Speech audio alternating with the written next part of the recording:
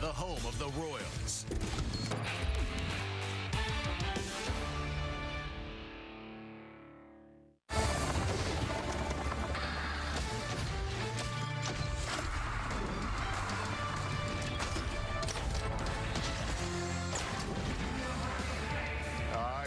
And Vine and the great Monarchs teams with Buck O'Neil over at Kauffman Stadium. The Royals looking to refine their greatness. It has been an up and down year, and right now they have got to get things headed in the right direction with 2 more to go against the Angels, 3 against the Twins, and needing a win desperately. They have lost 7 of their last 12, yet they got some help last night, or at least a little bit of assistance, because while they lost a disappointing one, Texas lost last night and again this afternoon, and Seattle lost as well. So no ground lost, but time is ticking. Welcome into Price Chopper Royals Live. Joe Goldberg, Royals Hall of Famer Jeff Montgomery. And Monty, you were going to have losses that drive you nuts like last night, and it did again last night. It's part of baseball. The problem is they don't have a whole lot of time for this anymore. Well, they don't have a lot of time. I think the disappointing part about last night, you've got a young pitcher making his debut in Mitch Ferris, and you're thinking you're probably going to score some runs. Unfortunately, he had the better end of the bargain last night, where he went 5 innings, gave up the 1 run. Not a lot of exciting baseball last night. I mean, Bobby had to play, and he had the triple, but not a lot of excitement otherwise in the game. And you really would expect this team to come out and play with a lot of flair and create some excitement and some enthusiasm. But it was just really kind of a dull game last night for this team. They were flat, and it's not like they wanted to be flat, but the timing of being flat was absolutely awful. So they'll turn the page, and Monty already summed up last night's game. You want your highlights? A good Bobby Witt Jr. defensive play, a Bobby Witt Jr. triple, and a sacrifice fly from Vinny Pasquantino and a bunch of missed opportunities. That was it. Now, as far as tonight, Ryan Bergert is on the hill, and the Royals did announce that their August player and pitcher of the month were Vinny Pasquantino and Ryan Bergert. His first month as the Royal, and he is the August pitcher of the month. Monty, 5 starts, a 2.54 ERA. Opponents batted 200 against him, and last time out, going 6 innings for the first time in his career. Well, great to see him just continue to make progress, and he's been as consistent as a pitcher can be, essentially, since we've seen him in a Royals uniform. He just goes out there and does pretty much the same thing every time, and all 5 of his starts, 5+ innings, we see that, and 2 runs or less. I mean, just really good things, and he's composed, he's young, and he's just done a tremendous job. I think it's maybe performed at a much higher level since being traded over from the Padres than what anyone would have expected from a young man who's made his major league debut this year himself.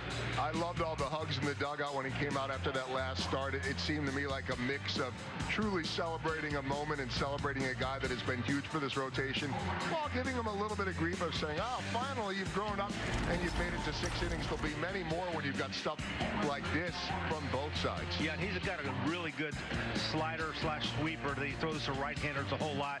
And he's got a different set of pitches he throws to the lefties, more change-ups he's going to feature to the lefties, more four-seam fastballs. So, again, essentially 2 different pitchers against the righties and the lefties, but he's had a tremendous amount of success against the right-handers and a lot of success against the lefties. So he's been able to go out and do exactly what he needs to do to keep his team in baseball games, and finally got his last win, his first win in his last start. And warming up right now, and when you talk about Ryan Bergert, you might as well be talking about Noah Cameron, as they're getting to know each other, and 2 younger guys, rookies in the rotation, one from the left side, one from the right side, and they're just so steady. Well, they are, and I think that's really, if you ask, if you're going to have a 25-year-old pitcher out there who's a rookie during the season, what you expect from them, you don't expect the kind of consistency we've seen from Ryan Bergert or Noah Cameron. They've just both gone out there and done really, again, I think above and beyond what you would have expected, but certainly that's one reason why this team's in a situation that they are as far as hopeful to make the playoffs. When a guy like Seth Lugo struggles, and he has been, you expect him to get better because of the track record. When a guy like Michael Wacha struggles, and there hasn't been a lot of that, you really know he's going to be better because of the track record. That's what you get from a veteran, but that is what Mac Quatrero is getting as well from Ryan Bergert. He's been the same since day one. I mean, he's been, since the day he walked into the clubhouse in Toronto, nothing's fazed him. He was there to do his work. He went out and threw a bullpen that first day, felt really good. First start was a couple days later in Fenway, and he hasn't looked back. So, I mean, it's been about as consistent a debut, or for us, I know it wasn't his debut, but as consistent a debut for us as you could expect. Is that abnormal for a guy that age? Age is a number, right? I mean, everybody's built differently. Some people waver more than others, and he certainly has not shown that. Rushing is Garcia. Great plays. Garcia, what a night he's having defensively. No seconds. Look at that play by Michael Garcia. An all-star play. Garcia bare hands. Great snare. This is the night. Garcia bare hands and throws out. Oh, that was beautiful. Garcia with little stabs. Smooth at the plate, smooth in the field.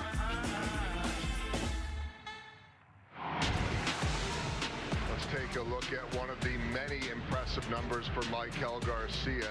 As a matter of fact, he was out there doing work today for the segment you're about to see with Rex Hudler, and Salvador Perez was down the steps in the tunnel by the dugout, and he looked at me, he looked up to the field, and he said, "You think he's going to win a Gold Glove this year?" And I said, "You're talking about Michael, not Hud, right?" But Hud can break down outs above the average, or I'm not sure if he can or not, but he can break down infield defense, and Hud catching up today with Michael Garcia.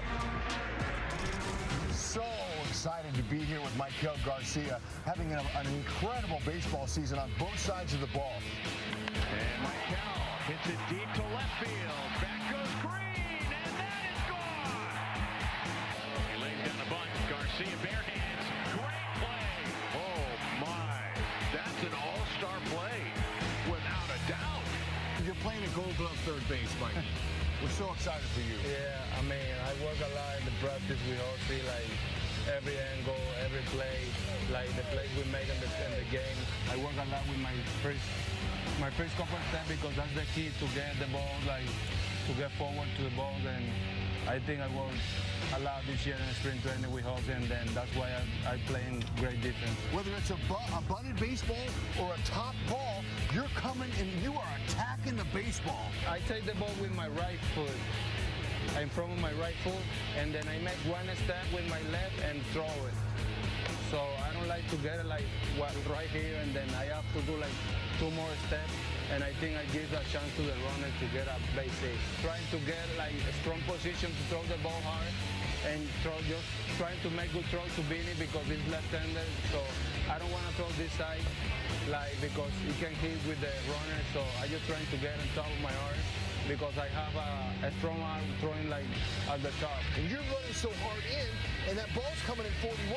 There's got to be some miss, but you never miss. Yeah. So when the ball's hard, do you catch it more in your palm, or do you catch it in your fingers? I try to get in my palm, because if I miss, I get it in my fingers. So if I'm looking here, and then I miss, I'm gonna get the ball here, and I just change the grip right away. The infielder have the ability to change the grip like quickly. Like it's something that you have to have, like if you want to play infield, like right. You have to do that adjustment quick. Like if you get it there, you have to get it here. So when you were a kid, you started playing catch like I did, and when I would catch the ball just warming up, I would feel for the seams.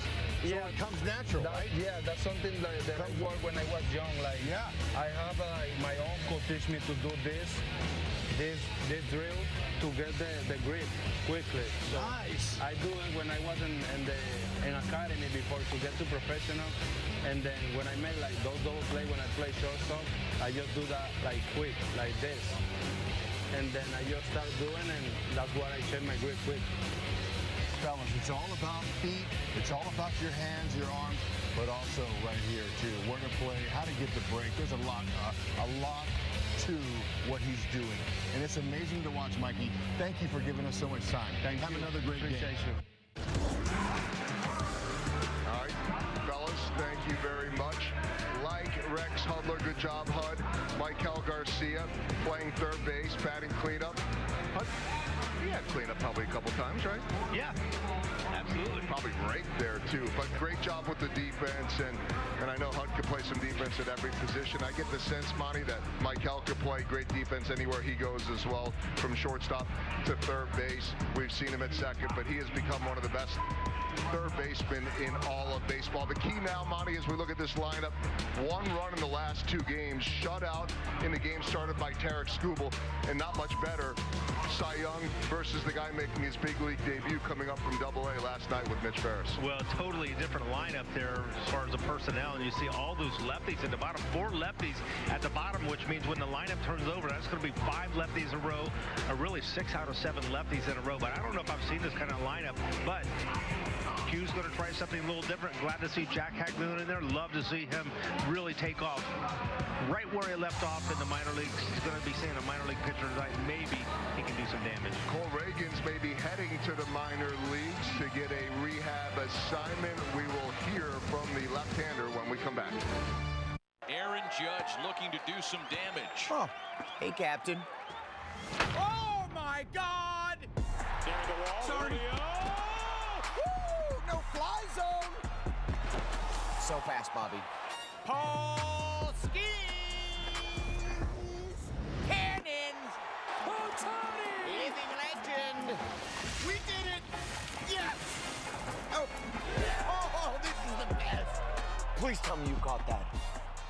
I think this is the Phillies' division to win. Everybody knows their role within the team and are motivated collectively to go after that World Series ring. Bryce Harper is one of the great faces of our sport. Great ones do great things when it matters. Trey Turner, just tools out of his mind. Trey Turner, mammoth home run. Zach Wheeler. But this guy has been nothing but sensational since he was signed. This fan base loves us as a team. I love the city, man. A lot of fun to be able to go in the bank every single day. They are a complete team. Time to win for the Phillies. Your day in baseball starts with MLB Central. For the 1000th time together, welcome into MLB Central. Lead off your morning with in-depth breakdowns. That foot's just a kickstand. Bang! Interviews with the players.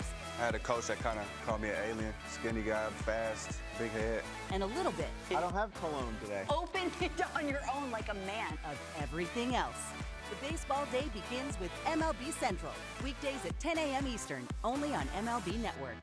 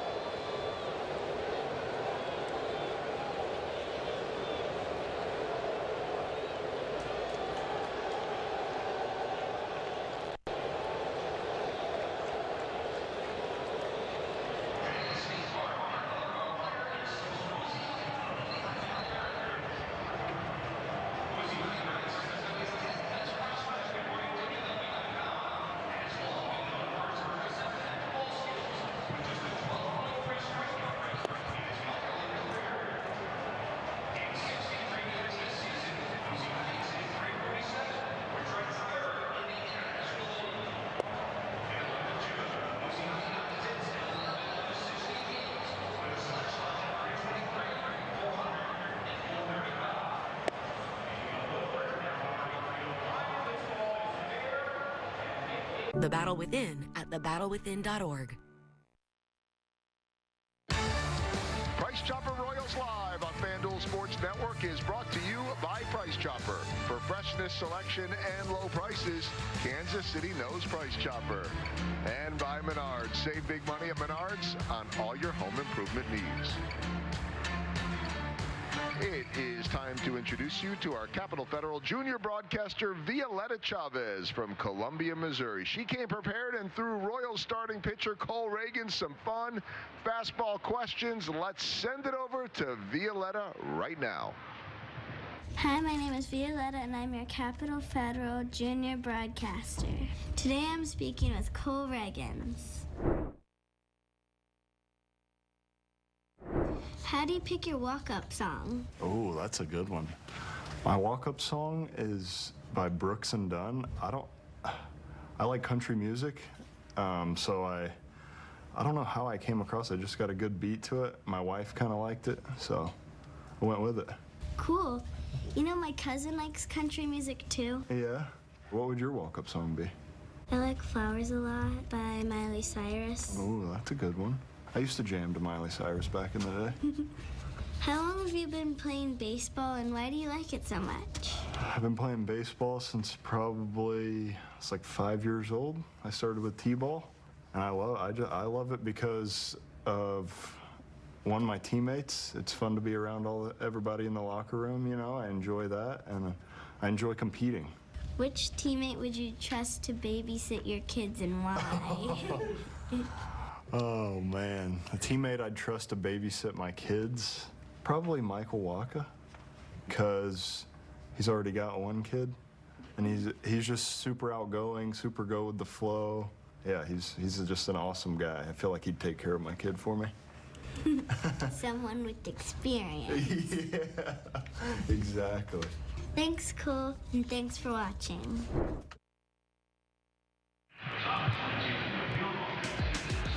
Nice work, Violetta. And look at Cole Reagans. He looks like he's out there for a start. How important is this? This is a very close team. Everybody watching. Cole facing live hitters for the first time since going on the injured list. Well, it takes a lot of work to get to the stage of where you're able to go out and face live hitters. So I'm sure he was excited. All the work he's put in, all the patience he's had to show to allow that shoulder to get back to where it needs to be and go out and perform at a level in which you want to be, and also be guarded against having something else go wrong. But he's worked hard to get here. You see Lofton laughing. They had a bet with each other, and so it wasn't just, hey, you're going to face some live hitters, and he got to face Lofton. Usually you'll get some guys that want to get some extra work, and so Carter Jensen was in there. Actually, just a little extra for it. Carter Jensen today, as a lefty, got to face one of the best lefties in all of baseball, so beneficial for both guys in that situation, just to be able to get that in. It really does wonders for both sides. I remember doing that against younger guys, the Johnny Damons, the Joe Randas, the Jermaine Dyes, when I was coming back from a shoulder injury, just like Cole Reagans. And it's good for you, it's good for them to be able to see some live pitching and someone was, has experience. So he got the lefty and Jensen. He got to face Nick Lofton. He also got to face Tyler Tolbert, and things are trending in the right direction. Overall, thought, everything kind of did what I wanted it to do. A few little things to work on, but overall, felt like I'm in a good spot. It looked good. It was healthy. Threw the ball free and easy. Got to face hitters, so amped up the adrenaline a little bit. And so far, so good. I mean, he just finished it a few minutes ago, but everything was positive. We're close. I think the next step is getting into an actual game where there's actual results that are going to happen and stuff like that. So it's we're close. Everything feels good, and I'm excited. What do you feel like at this point needs work, or what do you need to see before you get? I know you'd like to be in the next game, but what do you need to see? There's a few mechanical things that I need to work on. Obviously, there's some things out there today where even though it is a live BP, it kind of went ball one. So trying to just get ahead, I think that's a big thing. We kind of preach that on the pitching side. So working on a few of those things where it's just like get ahead of guys, execute my pitch, not try to do too much. So yeah. Speaking of Carter Jensen, he got his first plate appearance in his career last night, but the Royals fell short, trying to even things up. Back to the K after this. Aaron Judge looking to do some damage. Oh, hey, Captain. Oh, my God! Near the wall. Sorry. Woo! No fly zone! So fast, Bobby. Paul skis. Cannons. Living legend. We did it. Yes. Oh, this is the best. Woo, I got it. The 611 Podcast meets MLB Network. Join longtime teammates and former MVPs Jimmy Rollins and Ryan Howard, plus other former players for unfiltered conversations about baseball, culture, and life. Only on MLB Network. There's a shot. This is really becoming ridiculous. 3-home run day for Aaron Judge. Bronx Bombers are back. Judge strikes one. Incredible. The show rolls on for Aaron Judge. This is a generational player. He's a special, special talent. He's going to go down as the greatest Yankee of all time.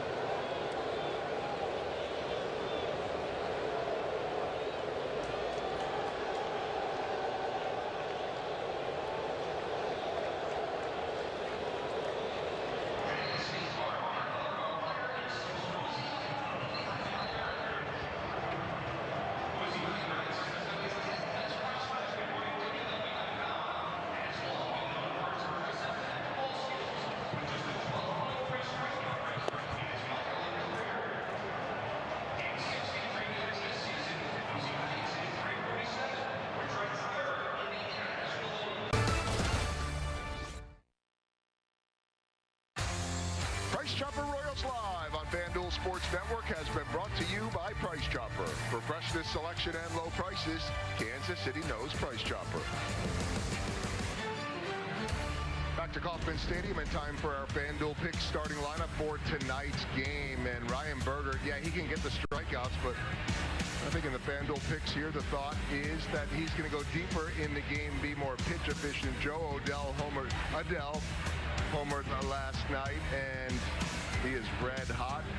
And tonight might be the right matchup, Monty, for Cags to go deep. Well, I agree with that one. I think the way that Cags was swinging the bat before he was back from the rehab assignment would speak pretty much volumes as far as what he can do here. Maybe, I think a home run at least tonight will be great for Jack Caglione. And he is in there at DH, and so we wondered yesterday when both Cags and his best friend in baseball, Carter Jensen, were up, how they would be used. And we did hear that Salvi's going to start most games at catcher, but they did get that final pinch hit opportunity for Carter Jensen against Kenley Jansen last night. Maybe he can get the Italian kiss from Vinny Pasquantino, Jack Caglione, but nice to be able to see him back in the lineup. Well, he's going to have a tremendous amount of confidence after coming back, the way he was able to do the damage that we saw him do before his call-up and then again on that rehab assignment. So hopefully he slots right into there and can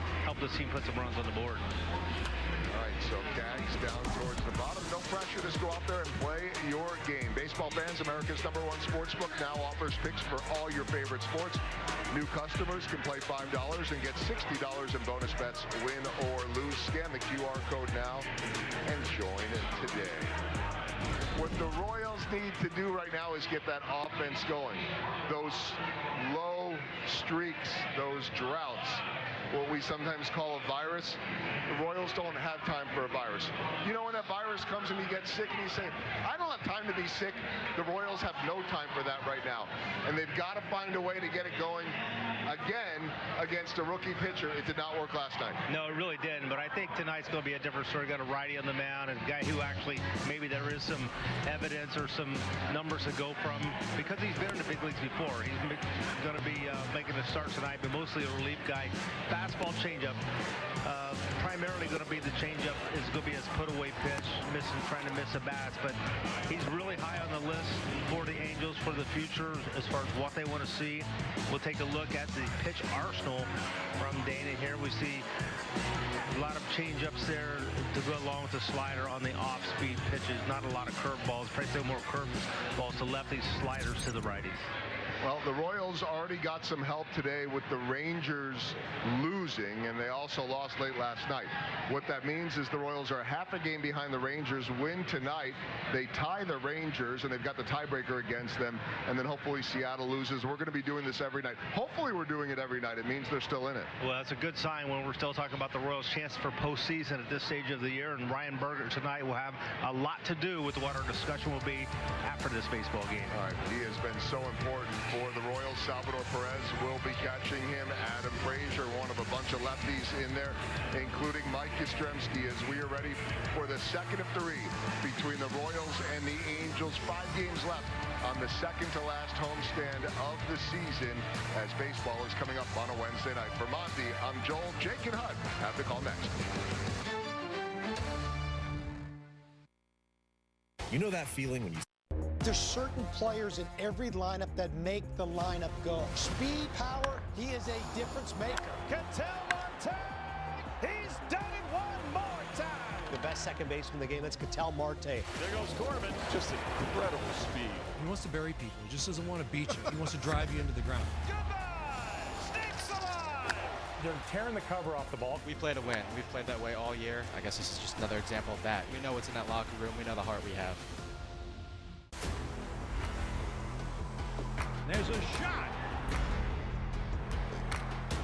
This is really becoming ridiculous. 3-home run day for Aaron Judge. Bronx Bombers are back. Judge cracks one. Incredible. The show rolls on for Aaron Judge. This is a generational player. He's a special, special talent. He's going to go down as the greatest Yankee of all time. Did he do it?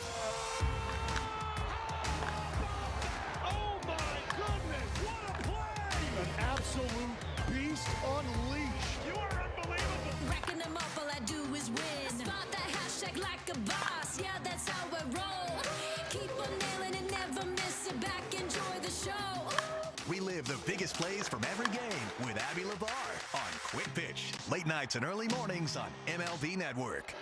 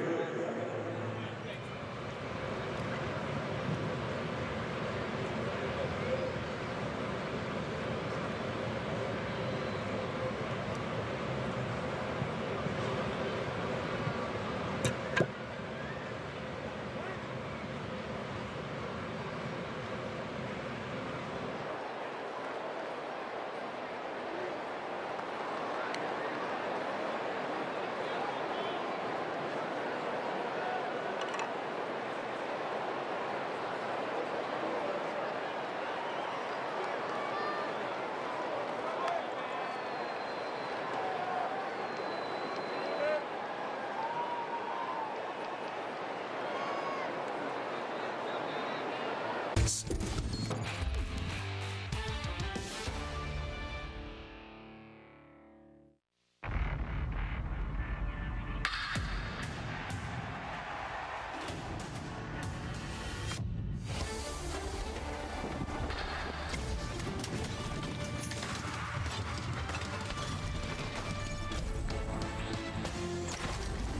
It was a disappointing start to September for the Royals with a 5-1 loss last night. But tonight, the Royals try to get back in the win column against the Los Angeles Angels.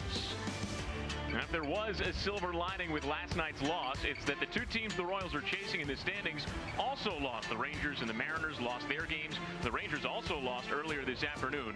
And so the Royals entered tonight still 2.5 games back of the Mariners for the third and final wild card spot.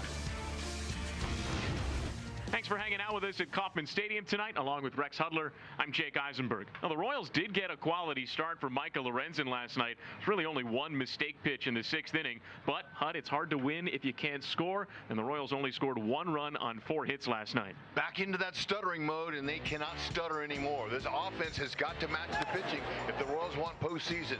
It's going to happen with runners in scoring position for them. The one pitch by Lorenzen, hey, look, to their best hitter, that's going to happen, but they got to be able to find ways to move runners, shorten up swings, get in there. But the Angels took it to the Royals last night, and they're going to have to pay tonight. The Royals have to find a way, and maybe with Caglione in that lineup, it might help them. Yeah, only 7 runs so far in the homestand, 1 for 18 with runners in scoring position. But like you mentioned, Jack Caglione is back.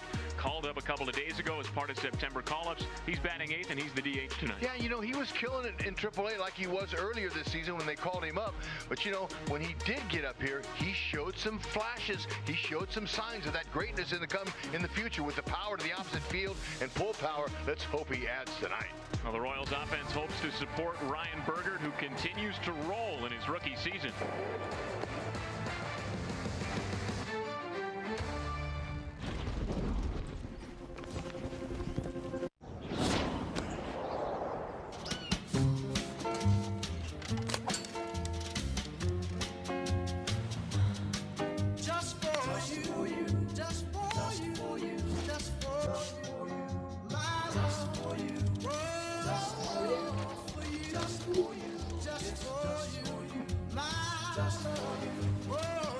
Through Hims, you can get treatment for weight loss, ED, and hair loss that's made just for you.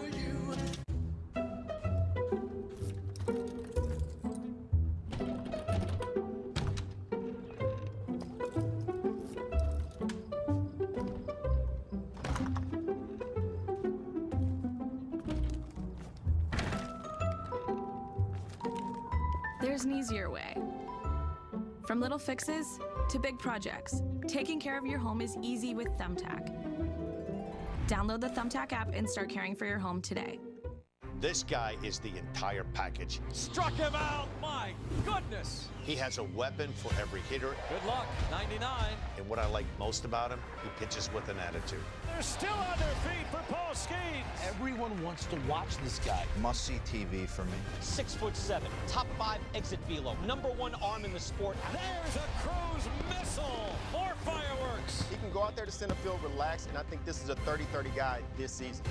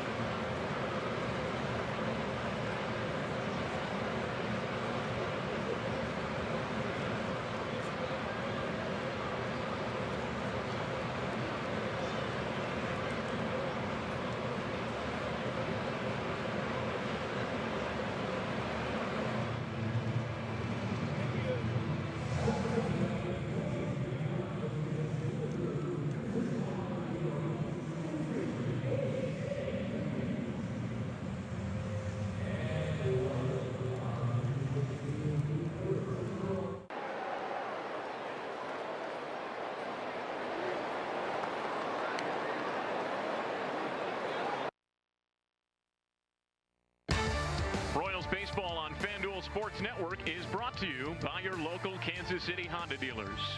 And by Menards. Save big money at Menards on all your home improvement needs. And by Boulevard Brewing Company, the official craft beer of the Royals, born and brewed in Kansas City.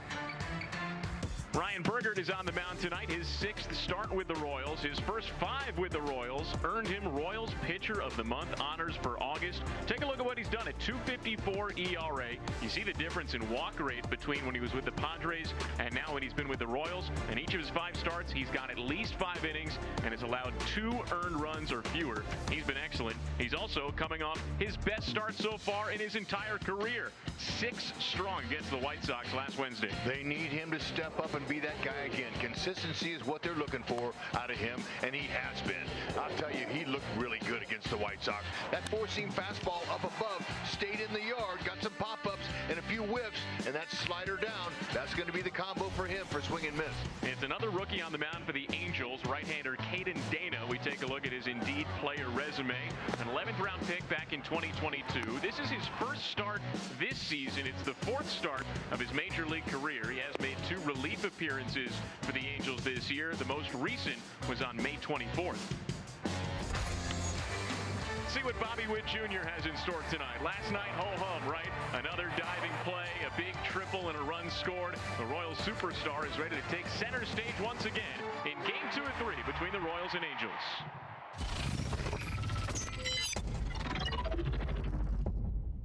Aaron Judge looking to do some damage. Oh, hey, Captain. Oh, my God! Near the wall. Sorry. Woo! No fly zone. So fast, Bobby. Paul skis. Cannons. Otani. Living legend. We did it. Yes. Oh. Oh, this is the best. Please tell me you caught that. We got our hands up in the air, 'cause it's a party. We having fun here, 'cause it's a party. Oh my! This guy is next level. Oh my goodness! Lots of great baseball comment and good guess, by the way. Play baseball like I'm still a young kid, like a little teenager. Good luck trying to hit that, man. It's unhittable. No way! What a moment! This is the show that never ends. Step up to the plate and get ready to play ball. The baseball show for kids where you can learn about batting, fielding, and everything in between from the real pros. Every swing is a big hit on Play Ball. Saturday mornings at 10 Eastern on MLB Network.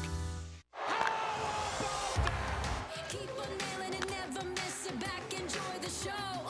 Relive the biggest plays from every game with Abby LeVar on Quick Pitch. Late nights and early mornings on MLB Network.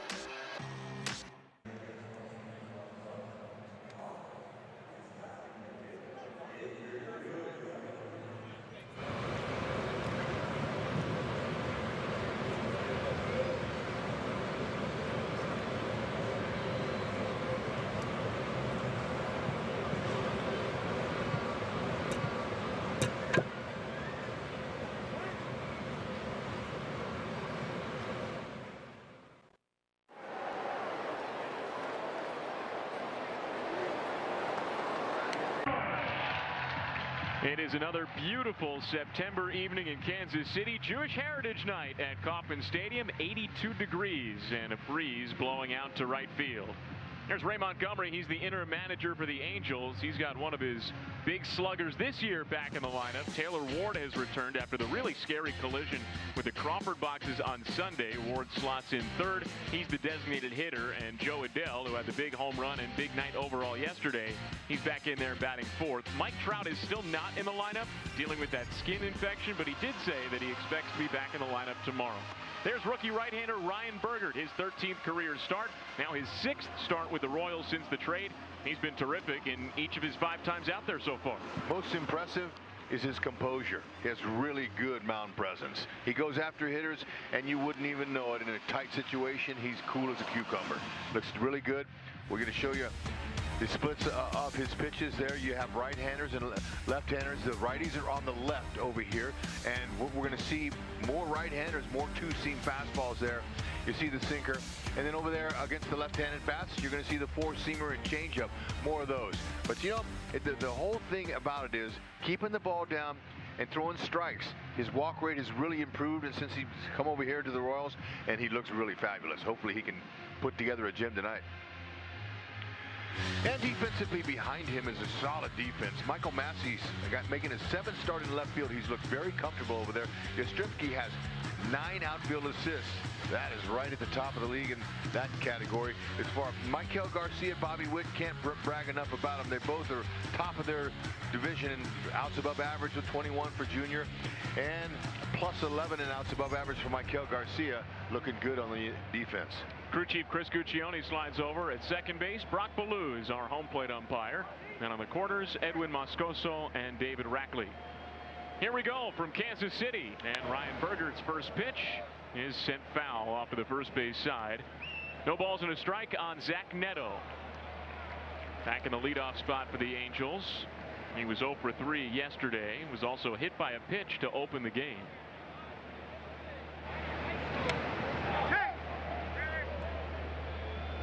It was probably a frustrating 0 for 3 for Zach Neto. He got robbed a couple of times. First and foremost by Bobby Witt Jr. on his unreal play yesterday in the 3rd inning. Then he got robbed on a nice grab in deep center in the 7th inning by Kyle Isbell. Ooh, man, that just missed the bag. Yep, you know, Neto, he does the same thing to hitters when they hit it out there too. So he's used to it, goes around, comes around. But man, when you're a fast runner like that, even from the right side, and you get thrown out by a shortstop on a ball in the hole, he had to do a double take and say, what?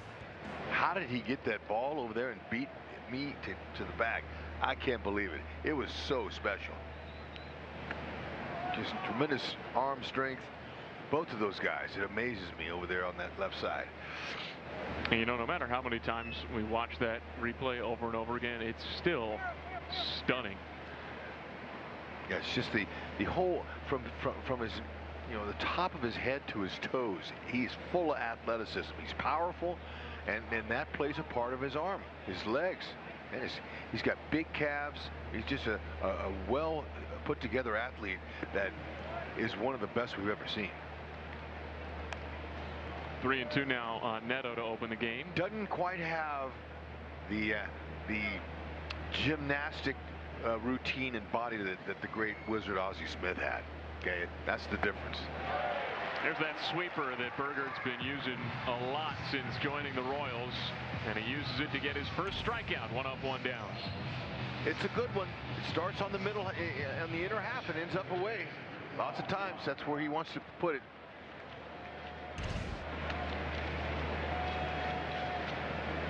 You see the pitch usage since joining the Royals. This is now 5 starts worth. That's a pretty solid sample the full month of August. Yohan Moncada sends one the opposite way, and Michael Massey runs it down with a breeze coming in behind him. You see the sweeper percentage way up since coming to the Royals. The changeup percentage up a little bit. He's got a different changeup. It's a little bit of a kick change, throwing it a lot to the left-handed hitters. The 4-seam usage is down. The slider's pretty much the same. But because of the added sweeper, he's getting more swing and miss, more chase, and that walk rate has gone down as a result too. Well, he's definitely doing exactly what you want to do when you join a new team. Make a good impression. So there's the increased chase rate, the lower walk rate. In general, he's done an exceptional job of limiting base runners.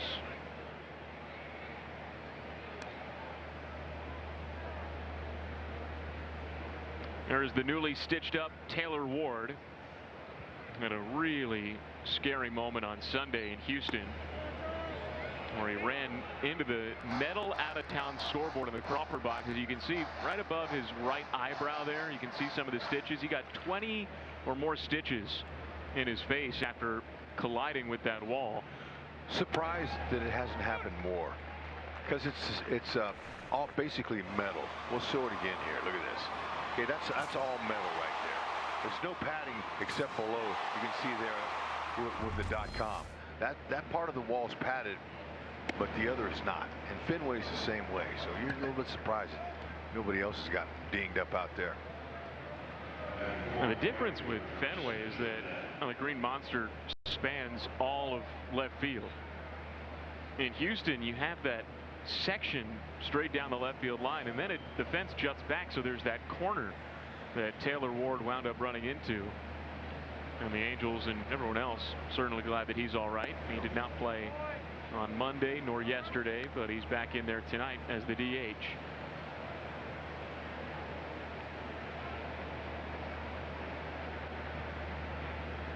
And now Ryan Bergert faces the guy who was last night's DH and did a lot of that. He was 3 for 4 with a 2-run homer.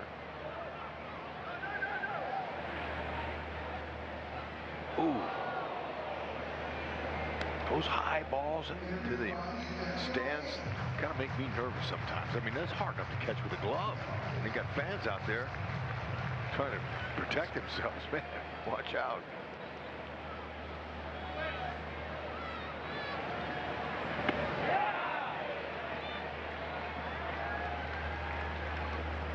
There's another good sweeper, Hud. Sure was. Got him to commit. Lidell's been red hot.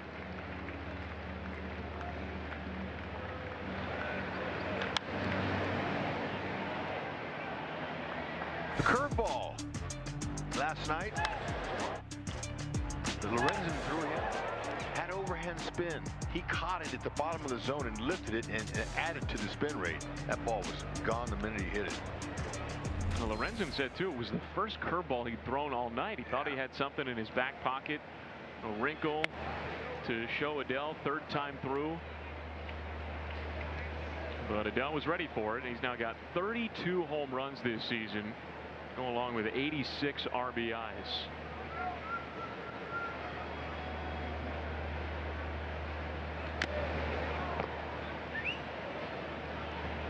Yep. Little lower crouch this year than last year. He stood up straighter. Last year didn't quite have the support in his legs that he does this year. There's a big difference there for his power numbers. And he's finally coming into his own in his 4th year. He struggled, and he had some, 6th year. He's been around a while. So he's starting to kind of come into his own.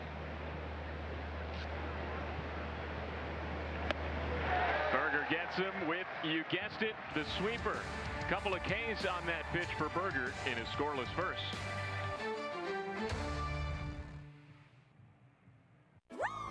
Want the effects of Viagra, but faster? Meet Rose Sparks. They contain sildenafil and tadalafil, the active ingredients of Viagra and Cialis, but Sparks dissolve under the tongue. Dissolvables work faster than old school pills. Plus, tadalafil, the active ingredient in Cialis, stays in your system for long-lasting results. Faster acting and long-lasting? We got you. See if Sparks are right for you at ro.co/sparks. There's a unicorn in Hollywood. The lineup we know is incredibly deep, but that starting rotation is unlike anything I can remember. I got them running the National League. I think this is the first of like 4 or 5 straight world championships. This is just an incredible wealth of riches. Shohei Ohtani! He's in a world of his own! Strike 3 swinging. It's a dozen strikeouts for Tyler Glasnow. Walk-off win!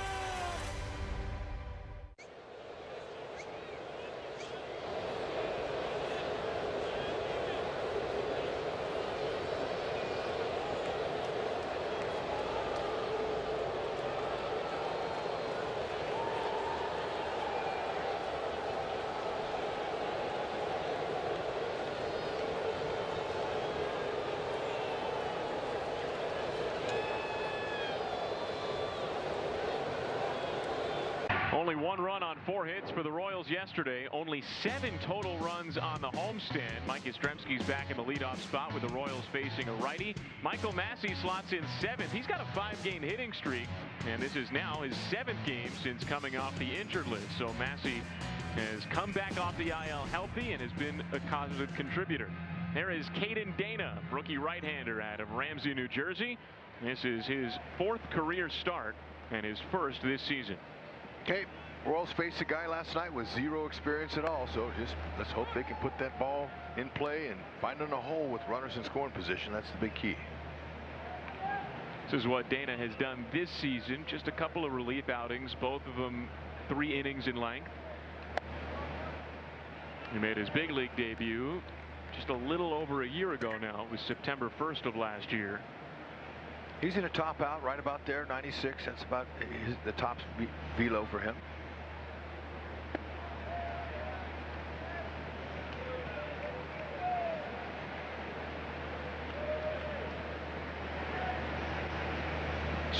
Six foot 4, 220. Pretty good size. And probably some more to come. He's only 21. Made his big league debut last year when he was just 20. The Angels drafted him in the 11th round back in 2022 out of high school in New Jersey.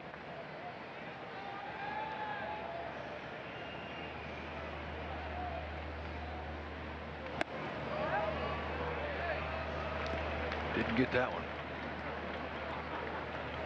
Close pitch. So it goes full on Yastrzemski, who again is back in the leadoff spot. He's more or less become the Royals' everyday leadoff man against right-handed pitching.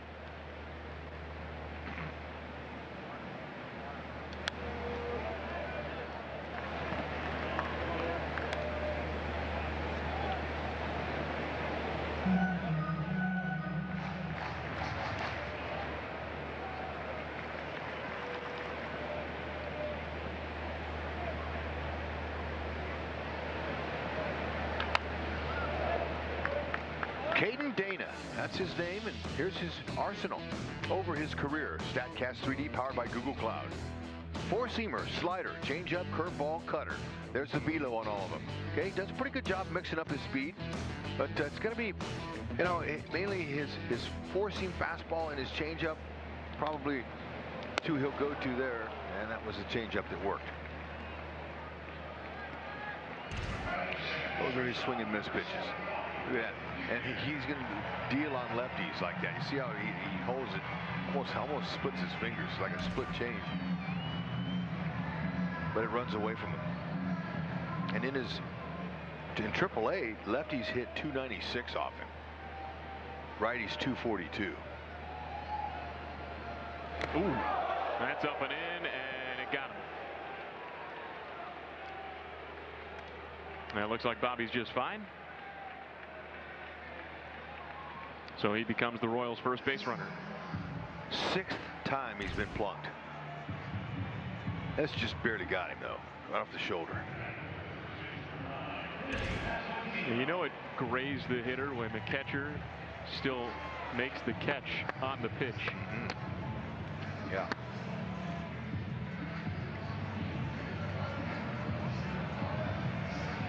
So now the Royals Player of the Month for August, Vinny Pasquantino. Earned that with his 10 home runs and 29 RBIs in August.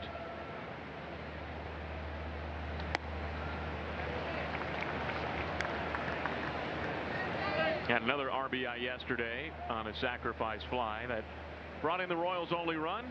Pasquantino's now got 95 RBIs this season, closing in on 100 for the first time in his career. Defensively, behind Dana, Chris Taylor, the veteran, 10 years in left field now. He's out.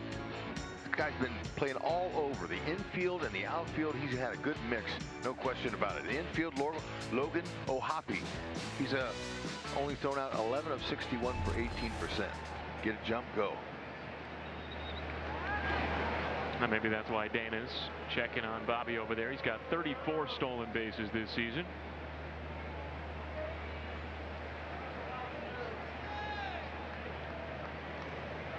'88 start for O'Hoppe. Bobby takes off. Fastball's high, throw on the money, and it's in time to get a win. Wouldn't you know it? Guys thrown out only 18%, and he puts the ball right on the bag. Well, the way the pitch was thrown, the location, it was almost like a pitch out. Yeah. Wow. You couldn't have gotten a better pitch to throw on if you're Logan O'Hoppe. Got that right.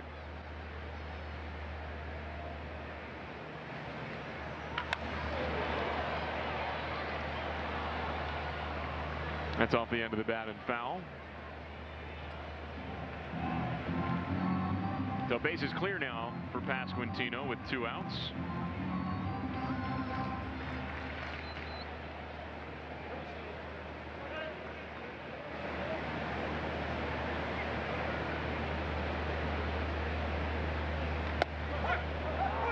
And Dana gets the bottom of the zone for called strike 3.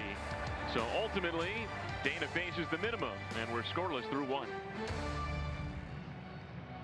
Buying golf clubs off the rack is like buying shoes that don't fit. It just doesn't make sense. At PXG, every club is custom fit to your swing. Our expert fitters use the unique adjustability of PXG clubs to help you hit it longer, straighter, and play with the confidence you've always wanted. Your game isn't generic. Your golf club shouldn't be either. A PXG fitting changes everything. Book now at PXG.com or a PXG store near you. PXG, you've never played like this before.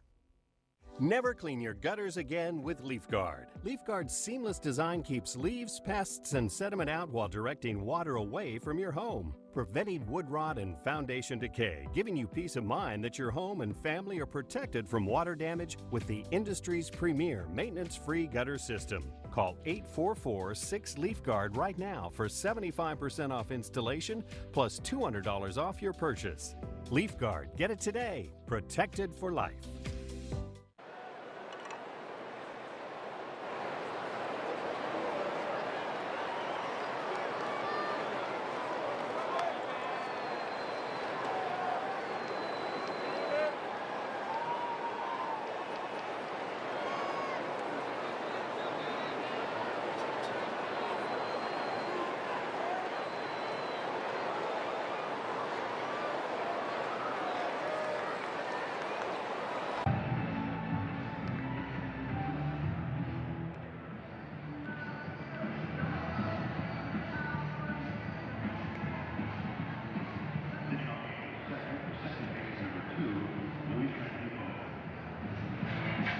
Joe Goldberg back at Kauffman Stadium, scoreless in the second inning. There was a packed house in the dugout after 3 o'clock today.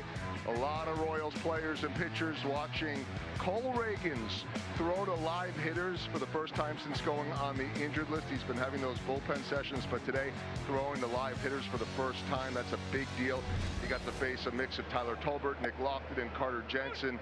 And he said that everything felt good, but it just felt so great to be able to have something close to game adrenaline for the first time in a while. He made a few adjustments, said he still has some work to do, but said he felt really good to be able to just to face those hitters, get that boost from the adrenaline. Had a little side bet going with Nick Lofton, which meant having some fun, a little bit of extra added incentives, some trash talking after the fact. And if all goes well and he feels well tomorrow, that's what they always want to wait on, to see how he responds. The next step, he said, is to get into real games, so that would most likely be a rehab assignment. Said he threw about 30 to 35 pitches today. The slider was firm, the curveball was sharp, so he's getting awfully close to coming back, guys. Great news, and those simulated games are a lot of fun, and it's serious, but it's fun once you're just competing against your teammates, and that's a lot of fun. It's good for both. Guys can get some live reps. The hitters, they're very valuable for the guys that don't get a chance to play. That's lined right to Witt, and 2 quick outs for Bergert. I'll tell you what, Reagans could be a massive X factor down the stretch for the Royals, and then of course, if and hopefully if in the postseason. I don't know, Hud, Joel, I don't know what the bet was between Reagans and Lofton. I will say that from watching from up here, I did see, I don't mean to put him on blast, I did see one Lofton strikeout against Reagans. I don't know if that was part of the deal. Well, Reagan certainly gets his fair share of Ks. No doubt. He's got swing and miss stuff. Heck.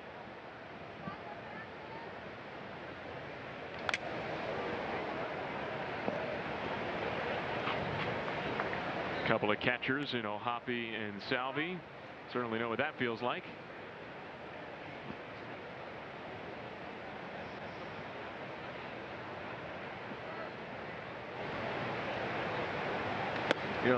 Those hitters that get a chance to have those simulated games, you want those, especially when you're getting 4 or 5 at bats a week. They are valuable to keep you sharp. You heard Joel mention that Carter Jensen was one of those guys, along with Nick Lofton and Tyler Tolbert. And heck, a couple of days as a big leaguer, Carter Jensen's faced Kenley Jansen and then Cole Reagans. Right. Welcome to the show. Yeah.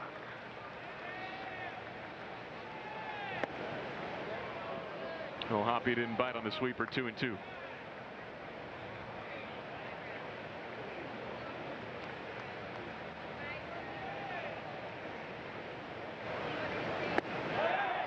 He did go that time. So Bergert doubles up on the sweeper. It is a 9-pitch 1-2-3 second.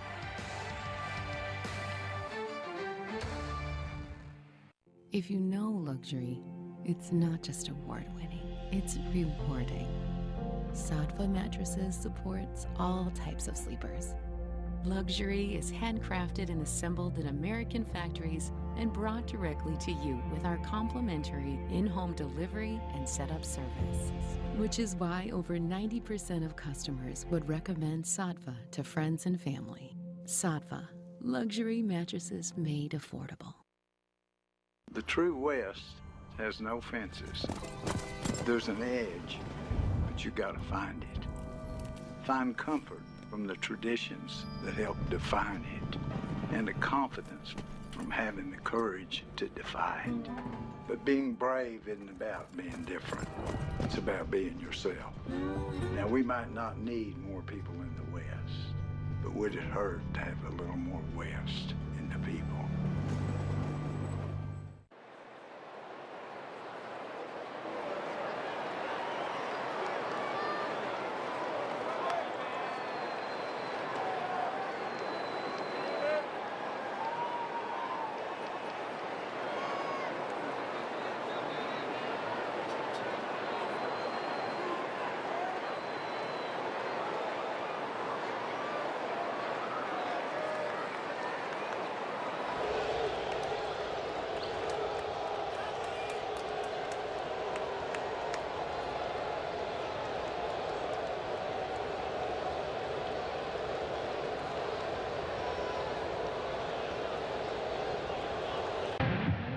Royals fans, get ready because FanDuel Sportsbook is on its way. Soon you'll be able to bet on all your favorite teams and sports, all on FanDuel Sportsbook.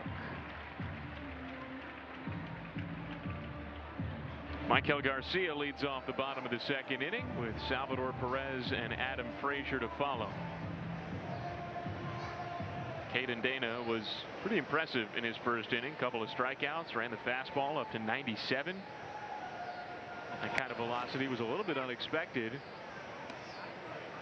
He'd been 92, 93 in his prior big league outings. But every tick you add, especially on the fastball, can make a big difference. Peraza makes a sliding stop and robs Garcia of a hit, one away. Wow, too bad that didn't sneak by him. That would have been nice. Peraza, he jumped all over that. Looked like the ball might have rolled up his wrist, but he stayed with it. Got right to his feet quickly.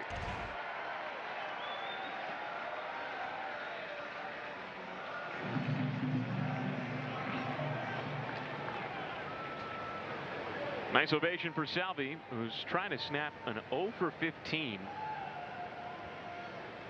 He has yet to get a hit on this homestand.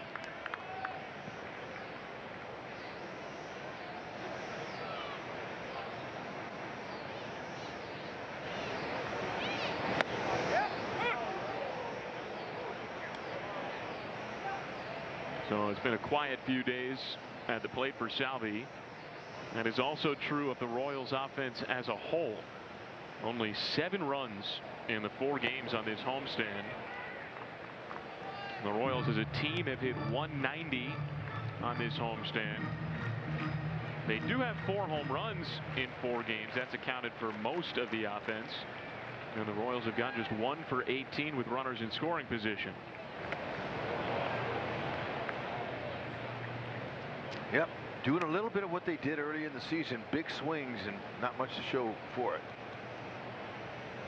Want to get back to cutting down on their swing some and just plating the runners.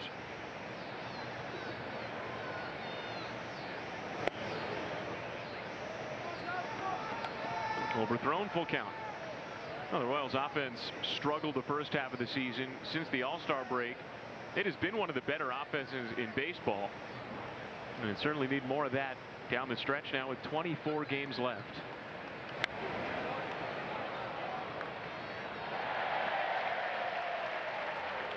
Here's what the Royals offense has done since the All-Star break.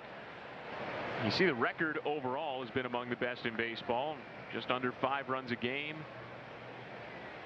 Way more home runs.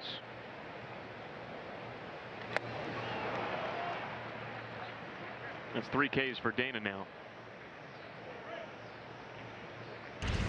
Just liking his change. Righties and lefties. Look at it, starts away, but just the change of speeds gets the hitter to commit. That ball was in the middle of the plate. Salvi a little bit over swinging. It looks like a changeup that has a good amount of fade to it. Not as much depth. Yeah, a little more into the righties and away to lefties. It almost acts just visually.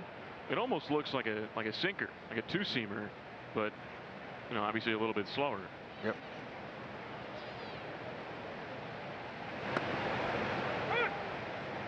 Dana breaks off a curveball. 1-1 on Frazier. His ERA was near 6 in AAA this year with Salt Lake. But he is now through 2 scoreless innings in his return to the big leagues. The Royals go down in order.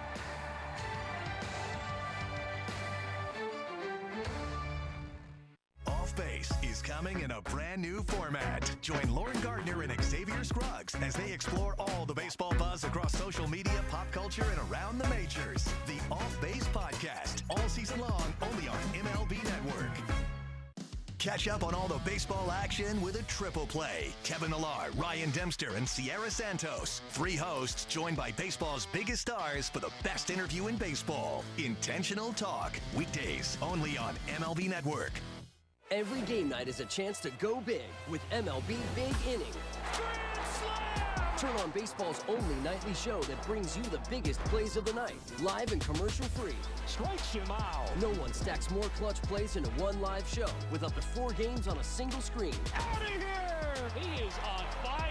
It's a walk-off winner. Change up game night with baseball's biggest game changer, MLB Big Inning, presented by Nissan. Every night, all season long on MLB.tv. Did he do it? Oh my goodness, what a play! An absolute beast unleashed. You are unbelievable. Racking them up, all I do is win. Spot that hashtag like a boss. Yeah, that's how I roll. Keep on nailing it, never miss it. Back, enjoy the show. Relive the biggest plays from every game with Abby LeVar on Quick Pitch. Late nights and early mornings on MLB Network.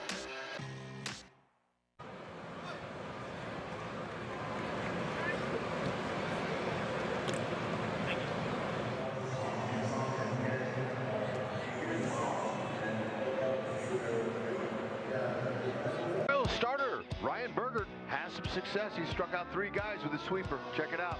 It's got some downward movement. Doesn't have like a true sweeper across the zone. It's more of a downward break to it, but much effective.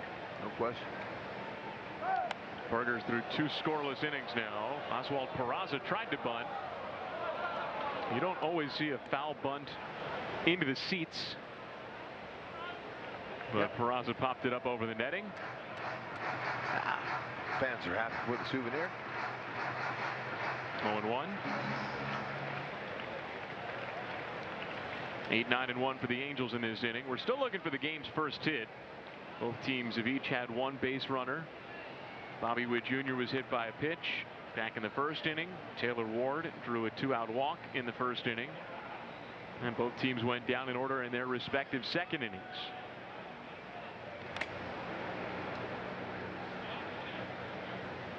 The second time tonight already that Salvi's taken a foul ball off the mask. Fortunately, no direct hits, just some glances. Sure, they all add up, though. There's a fastball up. I wonder if that sets up that sweeper again, down and away to a righty. Yeah. 4 seamers. That's what they do. Try to get you set up for a little chase ball. Because it looks good. Eye level.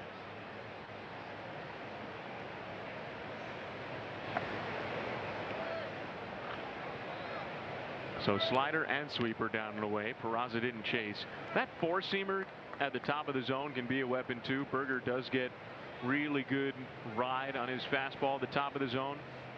Yep.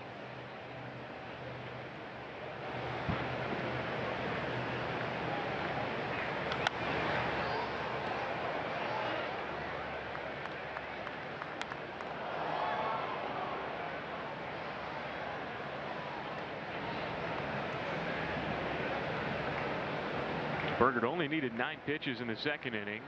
He's about to throw his 7th just to Peraza to lead off the third. And it's just over Vinny's glove down into right field. And so there's the first hit of the game. A little flare from Oswald Peraza. Yeah, really, you know, seeing that ball, recognizing the spin, and then just taking it out there to right field. Nice job. That's a good hit. Not trying to pull off the ball. He goes with it, and he's rewarded with it.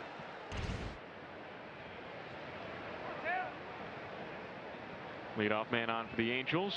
See Eric Young Sr. whispering in Peraza's ear. Angels first base coach. Bryce Teodosio goes after the first pitch. And Vinny does not have enough room. Who's going to get it?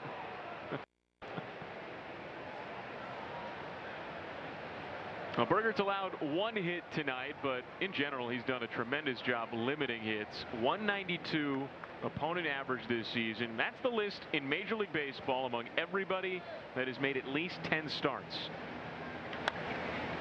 Well, check swing roller.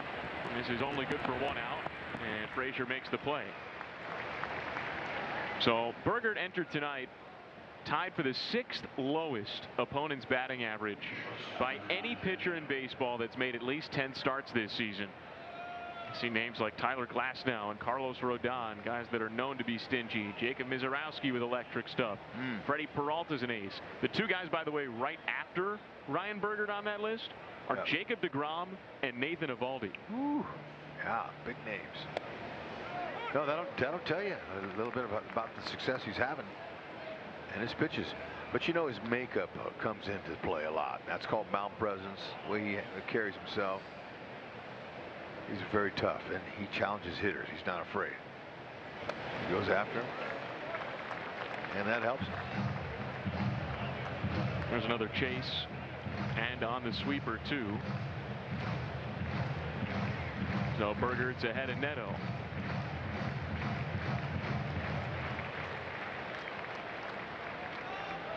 He's had an excellent season, even after missing the first couple of weeks when he was recovering from off-season shoulder surgery.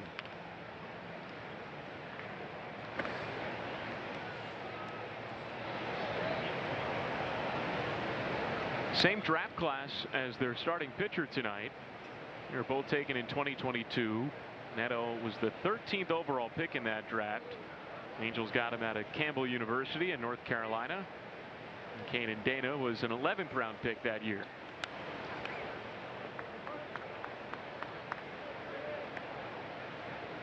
And it has been a career year for Zach Neto. Debuted in 2023, but he's got the best batting average of his career, the most home runs of his career. And he's 1 steal shy of going 25-25.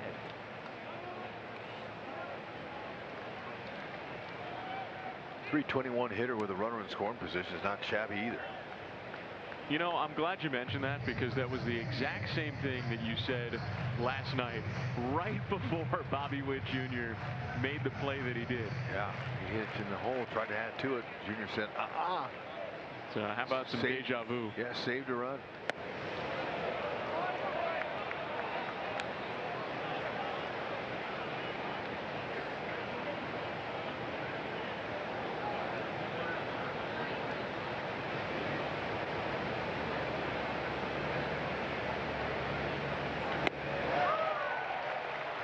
With the sweeper. 4 Ks for Bergert. That's working for him. course, they're all looking for the other pitch, and he's typically been putting them down low, but that surprised him. That was a shock factor pitch. Hung it up there a little bit, but got spin on it. It was the pitch that he's been going to, but a very different spot to throw it. Sometimes you'll get a swing out of just being shocked, and it's up that high.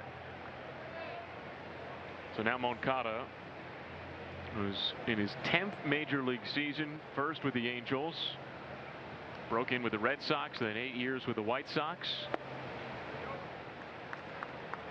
Congratulations are in order too. Just last month he became a United States citizen. Yeah, congratulations.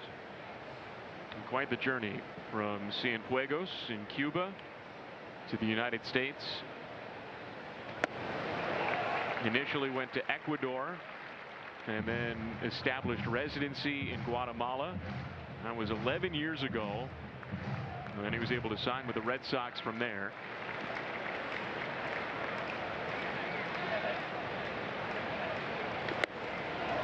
Delayed steal. Garcia runs over, tagged down, not in time. Peraza takes the base, and both Peraza and Garcia are a little shaken up. And Peraza looks a little worse for wear. Yeah, typically you don't get a delayed steal when you steal third base, and there's a few reasons for that, but it definitely caught the Royals off balance. Salvi saw him, he sees in front. Garcia was a little bit late to cover, looking like he might have stepped on him. We'll see what happens. Let's see. So Garcia was late getting to the bag because of the delay. Salvi did the right thing, just put it on. Oh, I see the right knee looked like it hit the head. Watch his Garcia's knee. Oh, he gets him on the forearm and then right on the bridge of the nose. He earned that stolen base. He's got the presence of mind after getting kicked a couple of times to call for time. And you can see where his sleeve of his undershirt is torn. Yeah, he worked hard for that 6th stolen base.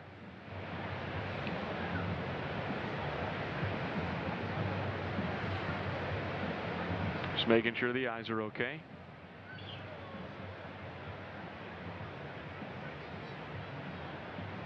As if the Angels haven't experienced enough facial injuries over the last few days. With Taylor Ward on Sunday.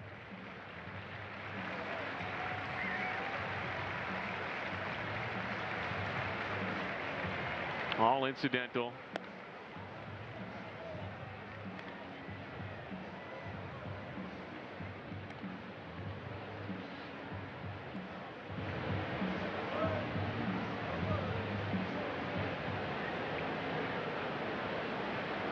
So runner on third.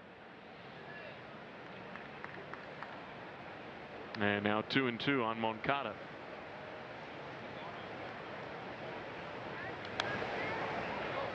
Moncada, he's pretty good from the left side of the plate. Not getting many reps from the right side. He's got a knee problem, so he's having a hard time getting a good swing from the right side. But he stays short to the ball, sprays the ball around. 50th pitch from Bergert. And Moncada triggered but held. That's another full count. There have been a good amount of deep counts early on for Ryan Bergert. There have also been a bunch of foul balls. 13 foul balls. Not even through the third inning. Fittingly, right to Garcia. Behind the third base bag, he makes the catch. And it's 3 scoreless for Bergert.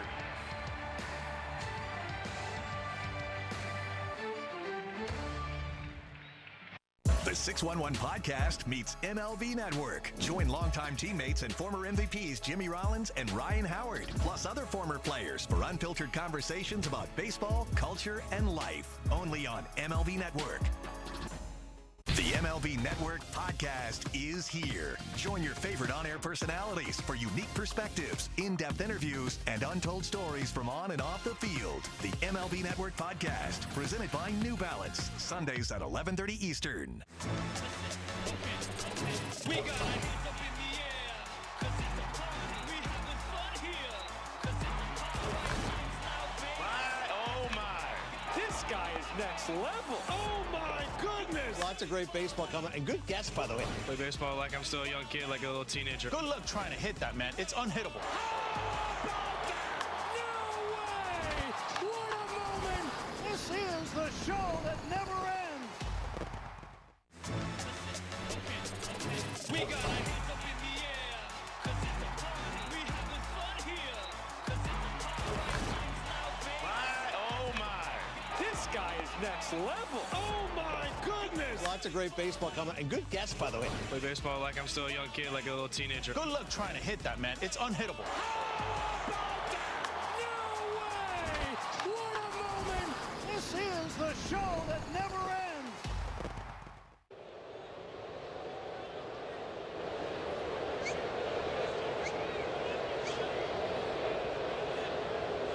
Sam Levine joins us tonight in the Buck O'Neil Legacy Seat. Sam's leadership has had a transformative effect on the Kansas City Jewish community. Sam and his wife Danielle are volunteers and leaders. Their involvement in the Jewish community includes contributions to their synagogue, the Jewish Federation, JFS, and other organizations that help make a difference. Thank you so much, Sam and Danielle. Thanks for joining us tonight. That's right. Congratulations on making a difference, Sam.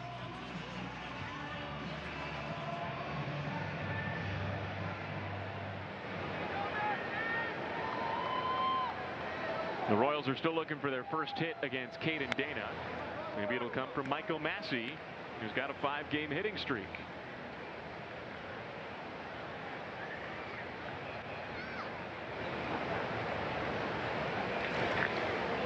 Now, he might be hitting just .217 on the season, but he's hitting .368 since coming off the injured list. That's an average that's even better over the course of the 5-game hitting streak.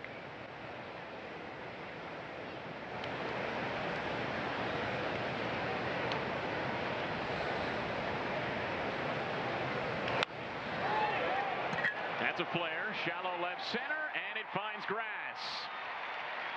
Make it a 6-game hitting streak for Michael Massey. That's right. Hit it like he threw it. Little change up there. If he leaves it up, it's hittable like it is there off the end of the bat. But the wind knocking it down for Massey, helping him out a little bit. Kind of blowing in from left. So that was a hit all the way. That breeze has picked up a little bit too over the last couple of innings. It's starting to really gust across from left to right. Makes a difference in the ball. It is going out to right a little bit. Maybe that'll help Jack Caglione. Not that he needs it. He has returned to the big leagues. His first game since late July, when he was sidelined with a left hamstring strain. And he was red hot in Omaha on his rehab assignment. You know, he reaches pitches that are way outside because of his length of his arms, and so anything that's kind of floating out there, the reports were he was driving them out to left field. So I'd like to see him do a little bit more of that. Last home run we saw him opposite field was at Wrigley. That was right into the basket. He had 5 home runs over the course of his 16 games with the Storm Chasers during his rehab assignment. At least one of those, from what I saw, was an opposite field home run.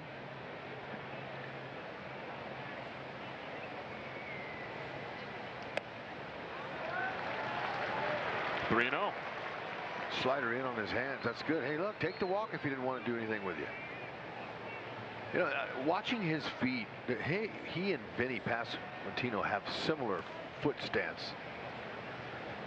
That right toe is even with the heel, the left heel. Slightly open. Take the walk. There you go.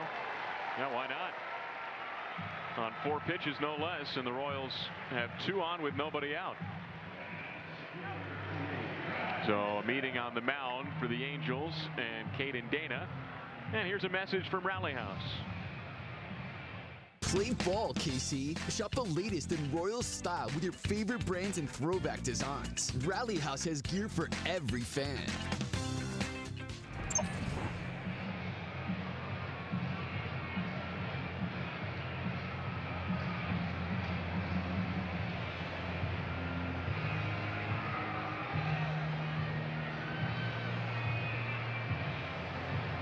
See what Kyle Isbell does with a couple on and nobody out. Well, maybe a bunting situation. We know he can bunt, that's for sure. And he's out there working on it today with 3 or 4 of his teammates. And it's an easy way to move runners, no doubt about it, especially with the top of the order coming up from behind. So I think it's a credible out when you bunt. A lot of people don't think so, but move those runners up any way you can. He had a bunt hit yesterday, and he squares, and it's foul, and Hoppy nearly sprawled for a great catch.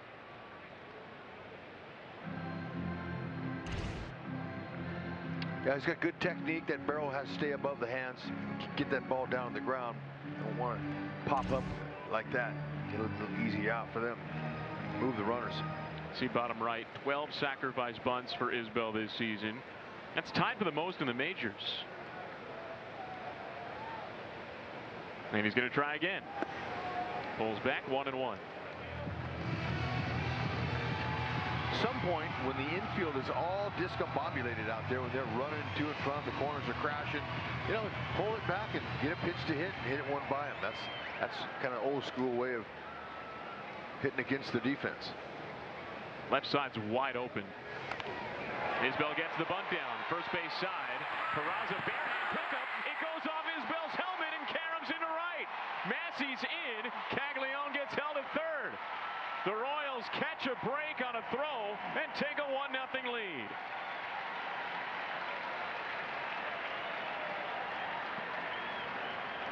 Yep, you try to move the runners and give up yourself, and you end up getting a break right there. He's pretty close to the line, Peraza is. And the throw leaked up the line and hit him in the helmet. He didn't mean to do that for sure. He didn't want to do that. But you really have to take your time there and clear yourself and throw a good hard strike towards the second base side of first base. And the amount of times we've seen a throw randomly hit a base runner and go against the Royals, it's about time the Royals caught a break on a play like that themselves. And now set up for a big inning. 1 run in, still nobody out, and 2 in scoring position for Yastrzemski.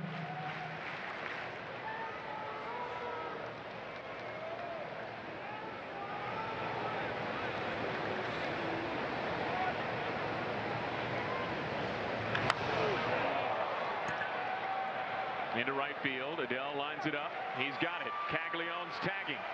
Adell's throw skips on in. Caglione comes home, and it's 2-0.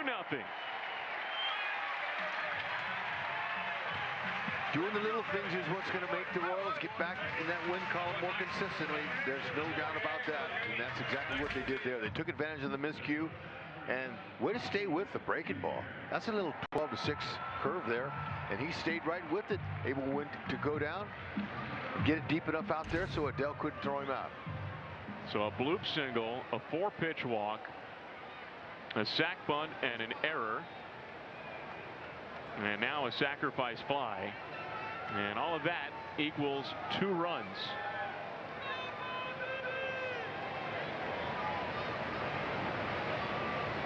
Infielding now with a runner on third and 1 out. And maybe another sacrifice fly. Too far foul.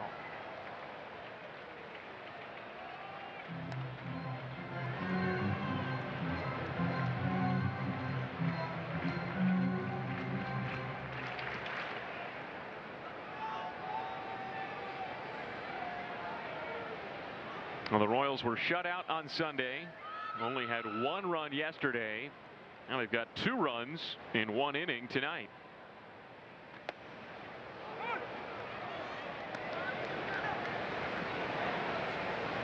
Okay, the 0-2 shouldn't phase Junior at all with the infield drawn in. As long as he's aware of just cutting down on the barrel of his swing. Cutting it down a little bit and place it.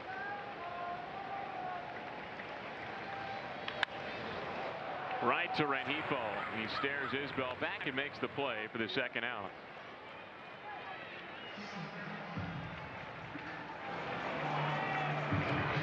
By far the hardest hit ball of the inning, but that's the way it goes sometimes. And so it's up to Vinny Pasquantino. He has been an RBI machine, especially over the last couple of months.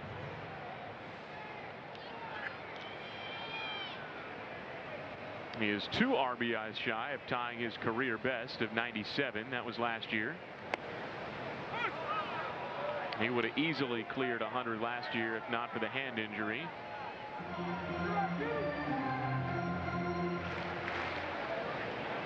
His 95 this season, 5th most in the American League.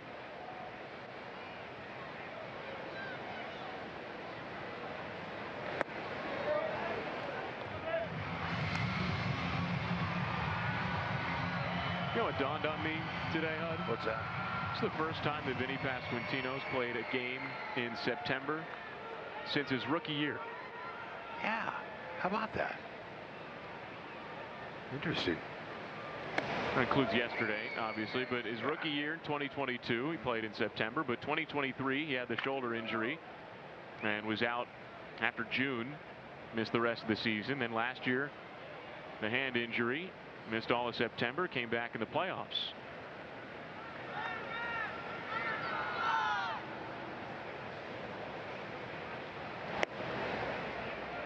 Three and one. Keeping everything away from Vinny.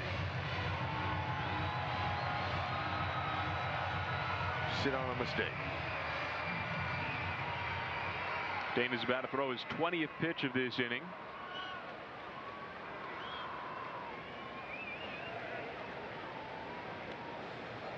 He has only thrown 9 strikes in this inning.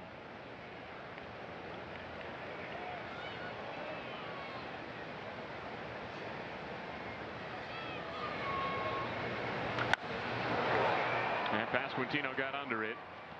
Into left for Chris Taylor. He's got it. That ends the inning. But the Royals played a pair and take a 2-0 lead.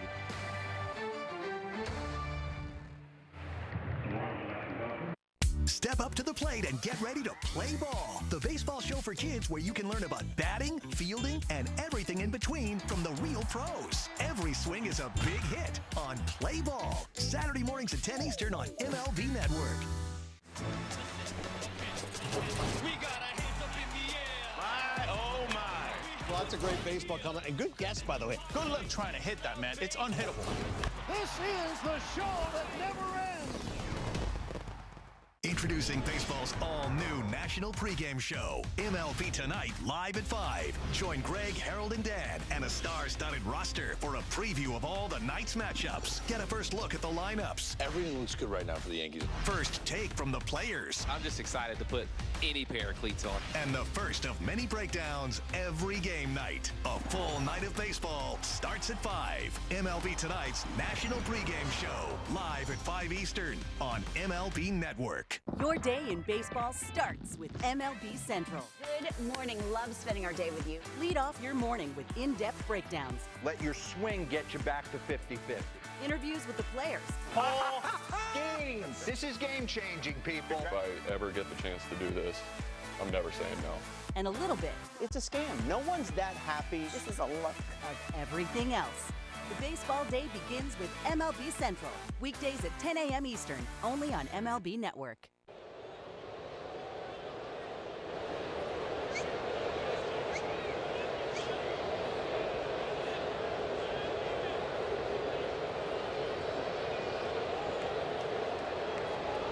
Back to Kauffman Stadium, we saw the debut in the 9th inning of Carter Jensen, Park Hill High School last night, and I'm joined by his parents right now, Jim Jensen, Kim Jensen. I've interviewed a lot of parents over the years, but very rarely has it happened with parents that brought their kid to this stadium over and over again. Kim, you were telling me pretty calm and relaxed here, but this has to feel a lot different than when you were coming with Carter. What did yesterday mean to you and the family? It was so special just to have him here in this stadium where we've brought him since he was tiny to watch baseball. It was just a different feeling.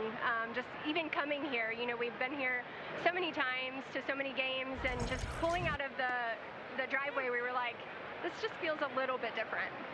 I mean, Jim, you guys came to those playoff games. You watched Salvador Perez win a World Series MVP. Now your son is a backup to Salvador Perez. I think he's gotten over that a little bit for the most part because he's been with him in spring training. What about for you to watch your son backing up Salvador Perez here? It's pretty cool. He's an icon with this organization. You know, he's a Hall of Fame catcher in my eyes. Like, to be able to learn from Salvi, you know, how to be a major league catcher is priceless.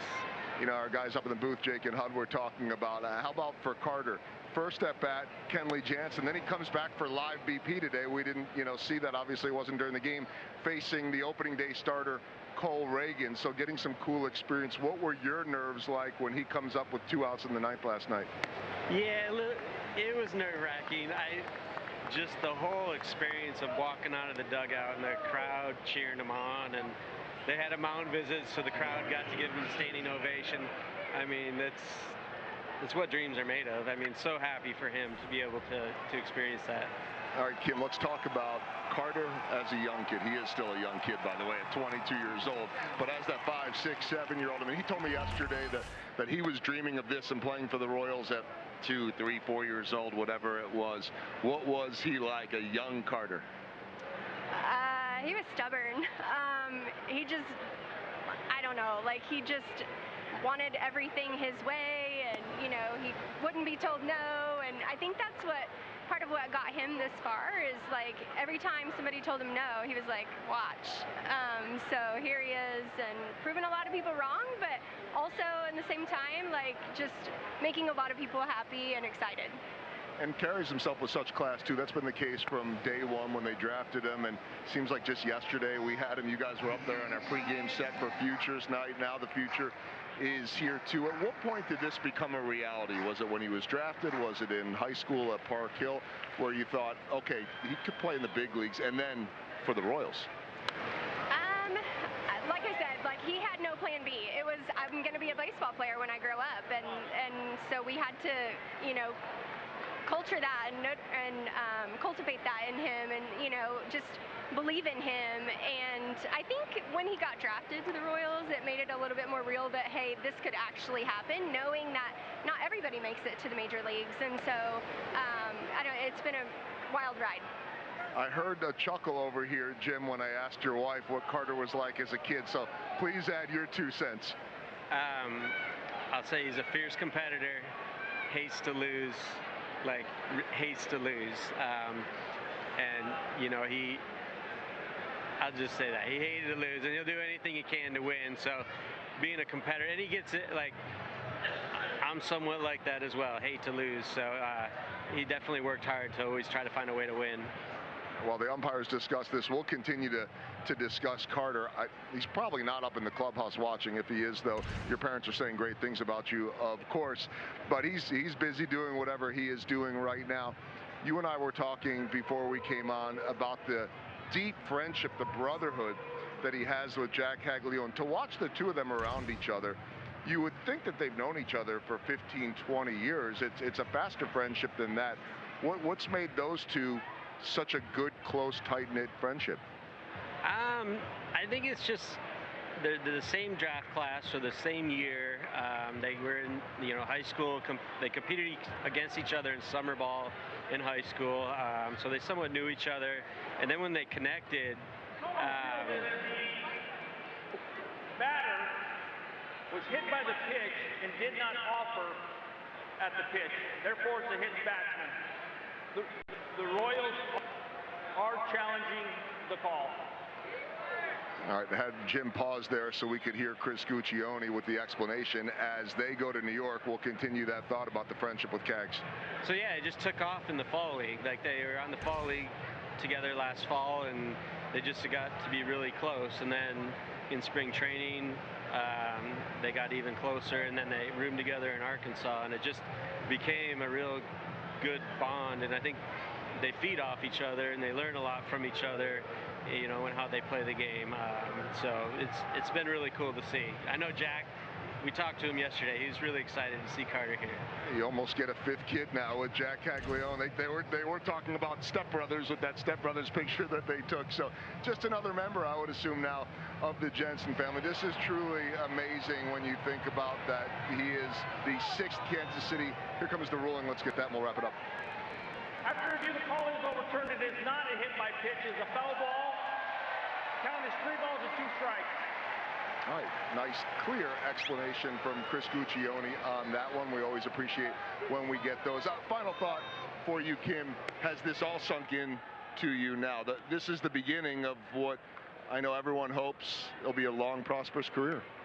It's starting to. It's last night was a blur, kind of. Tonight it's starting to set back in of just knowing that when I come here, I'm going to be watching Carter and not just the Royals and the hometown team. So it's pretty special. A little bit different, and so often, guys, Jake and Hud, will see those parents who rooted for one team that have to switch jerseys because their son plays for the opposing team. That's not the case. They get to keep all of their Royals gear, just throw a 22 Jensen on the back of it, and all is well. Guys, we'll go back to you. Truly a really cool experience, and I guess we're not done with the umpires yet. We'll let you guys fill in the blanks. Yeah, we'll find out what's going on there. Ray Montgomery wants an explanation, but thanks, Joel, and thanks so much to Jim and Kim for joining us too. So great to hear those stories about a young, stubborn, competitive Carter, and no doubt we'll see that in his days and years to come as a member of the Royals. Yeah, hey, I like the fact that, you know, when anybody doubted him, he said, "Oh, really? Watch this." So, you know, there's a lot of people out there like that, but you can use that as good motivation. Adele goes after the 3-2 pitch and sends it to right center. Kyle Isbell's got it, and a very long at-bat comes to an end. Started off in a 3-0 count, and then there was that confusion with the umpires. The initial ruling was a hit by the pitch. You can very clearly see on the check swing that the ball hit Adele's bat first and then into Salvi's mid. So the call in the field was a hit by pitch, and they sent Adele to first. The umpires conferred. Matt Quatrero came out. And it looked like the conversation was that if the Royals wanted to challenge the ruling on the field, they would obviously have to do so, which they did. The call was rightly overturned. And then Ray Montgomery wanted an explanation, as is his right. And all's well that ends well. It's the first out of the inning. But it has been a grind of an inning for Ryan Bergert. A 7-pitch walk to start. Then 6 pitches to Adele, and he's thrown 66 pitches now through 3 1/3. Yeah, they've been making him work. Soft liner, and now 2 down.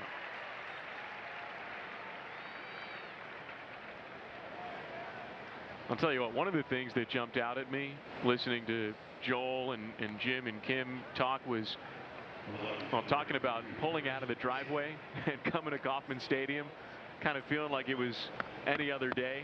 But that's got to be so surreal to make a drive that you've made for most of your life. And, well, you're coming to the ballpark to watch your son on the field, not just the entire team. I thought that was a really cool sentiment from Kim. No doubt. And the whole rest of the homestand, every home game they get to come. Every game. It's exciting. And it's like Joel was saying, you don't often talk to parents that drove to the game instead of flew in for a few days, yeah, you know? Exactly. So congratulations, not just to Carter, but the entire Jensen family and cheering squad, which is, well, all of Kansas City. Chris Taylor sends it foul. And now Bergert's a strike away from a laborious but scoreless top of the 4th. He's wading his way through it. Taylor Ward the walk there, that was, you want to give him anything good to hit, you can hurt him. But he did a good job with Adele. So those are their 2 big bats in the middle. Bergert is about to throw his 20th pitch of this inning.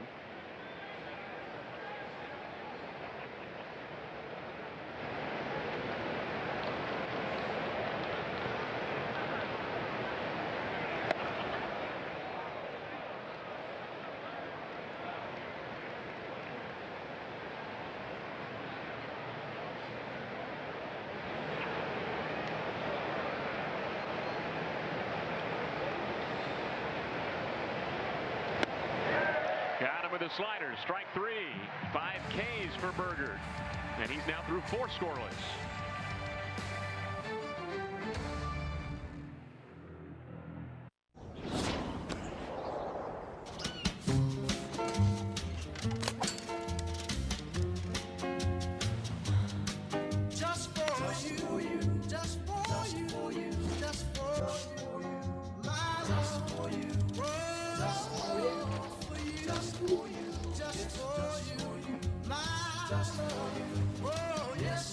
Sometimes you can get treatment for weight loss, ED, and hair loss that's made just for you. I'm Jesse's uncertainty, and I really thought house projects were my time to shine. One little, "Are you sure?" He gets stuck before he even got started. But Jesse's changed because of Thumbtack. With their guides, he knows exactly what to do and who to hire, and his house is looking great. Where does that leave me? Uncertainty doesn't live here. You do. Take care of your home with Thumbtack. Download the app today. The roar is back in Motown. Right now in Major League Baseball, we have a new Tiger King. Tarek Skubal owns this mound. Look at him walking off the mound. This guy's a nightmare. This kid's special, doing it all. Riley Green saves the day. Does everything on the field, plays great defense, can steal bags. He's a monster. If I'm on time, I know my swing is going to be in the best spot possible for me to hit the ball. Riley Green tears into another one. That's the Tigers, baby.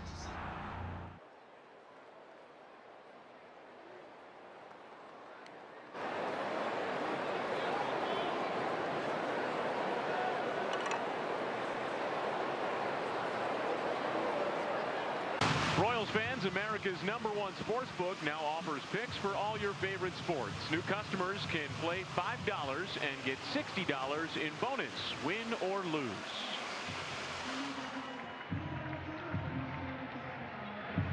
Michael Garcia leads off the 4th inning. Salvador Perez and Adam Frazier to follow. Well, the Royals got a pair the last time they came to the plate. That was in the bottom of the 3rd. And it has been a longer wait in the dugout for rookie righty Caden Dana. Well, excuse me swing, and Rengifo flags it down. A nice reaction. 1 pitch, 1 out. Hey, come to the K on September 19th for the 4th and final 2015 Champs Bobblehead giveaway. First 20,000 fans through the gates, they'll receive a 2015 Champs Bobblehead of Salvi. Visit Royals.com/promotions for tickets. Hot ticket, no doubt. That is also the final home series of the regular season. And we will put emphasis on regular season. Fingers crossed.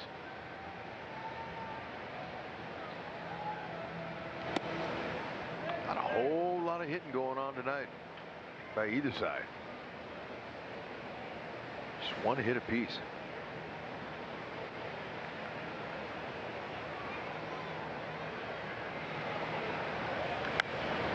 And only 2 combined hits. And neither hit particularly hard. Now, Massey had the bloop single to begin the 3rd inning, and then there was a walk, a sac bunt, a throwing error on Oswald Peraza, and a sac fly.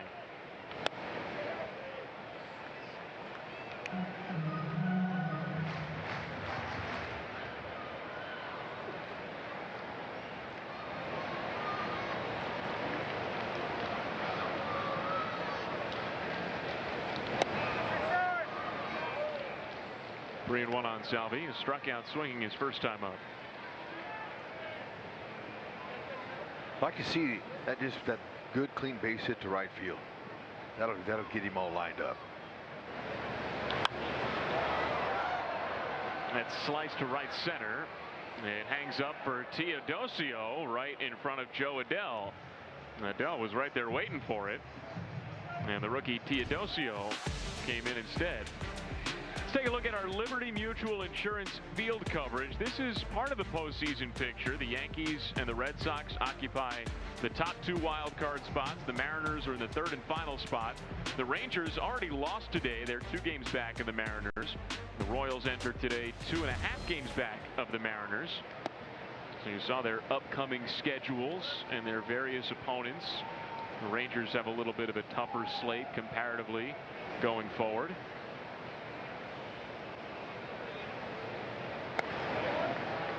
Meanwhile, the Royals have 2 more with the Angels, including tonight.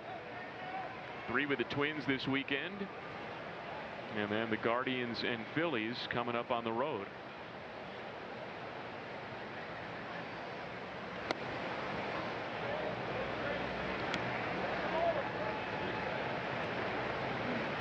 One thing is for sure, Hud, it is going to be interesting.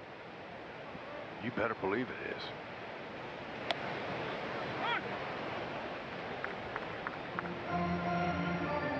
And we've seen that now for the last couple of years with that third wild card spot.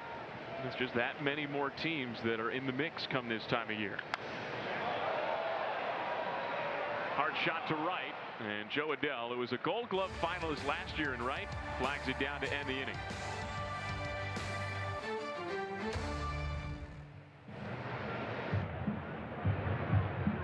This man survived a 4-hour flight delay, a crying baby, and 2 coffee spills. But you'd never know. Why? His Jack Archer Jet Setter Tech Pants. Wrinkle-free, stain-resistant, and ready for anything. Upgrade your wardrobe today and get 15% off at jackarcher.com/TV.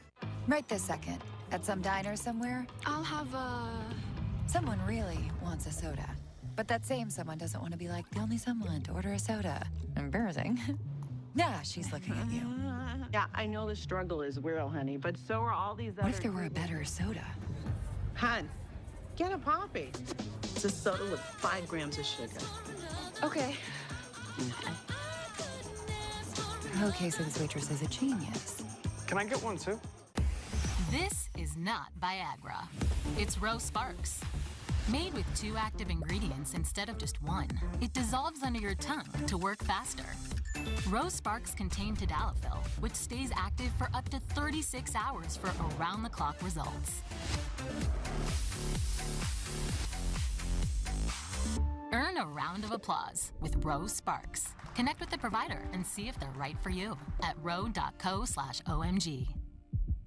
Catch up on all the baseball action with a triple play. Kevin Millar, Ryan Dempster, and Sierra Santos. 3 hosts joined by baseball's biggest stars for the best interview in baseball. Intentional Talk. Weekdays only on MLB Network.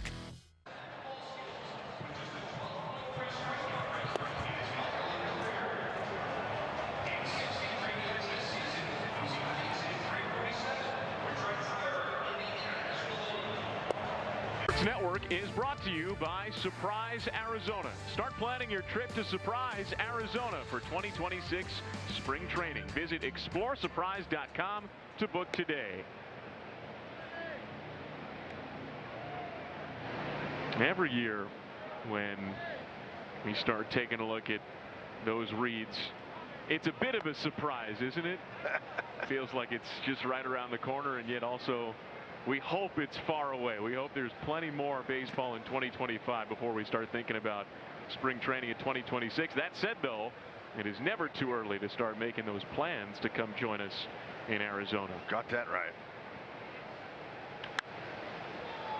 Hoppy sends one to the twilight. Tough sky. And Frazier does stay with it. Just like you told him to, Hud. There you go. He's a veteran. I mean, a rookie or a veteran doesn't make a difference if you can't pick up the ball in the sky. I mean, that really is a frightening feeling. Bergert's open for a quicker inning after back-to-back 20-plus pitch innings. He needed 23 pitches in the third, 21 in the fourth. And he's trying to complete 5 for the 6th time in as many starts with the Royals. That certainly has been his pitch tonight. He's throwing it for strikes and he's getting some swings.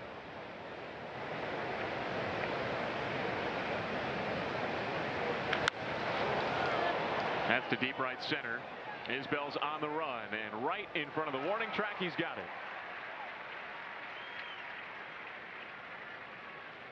Now a message from UMB Private Wealth. Am I saving enough for retirement? Do I have a clear financial plan? Get financial clarity. Schedule an appointment today. So 2 outs on 6 pitches for Bergert. Just what he's looking for. Just what the Royals were looking for, too. Now it's the number 9 hitter, Bryce Teodosio. And Bergert gets a call for strike 1.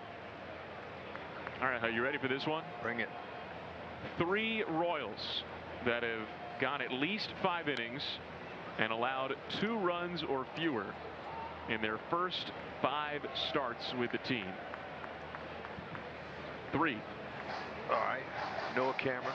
There you go. That's one. This kid Bergert. Yep, that's another. Drawing a blank on the third one. Here's your hint. Royals Hall of Famer. Whoa. How about our guy Gooby? It's not Gooby. I knew that's where you were going to go. Good guess, but no. But no. A little before Gooby. How about Saberhagen? There's a strikeout to finish off 5 again for Bergert. Steve Busby. Oh, there you go. Quite the group.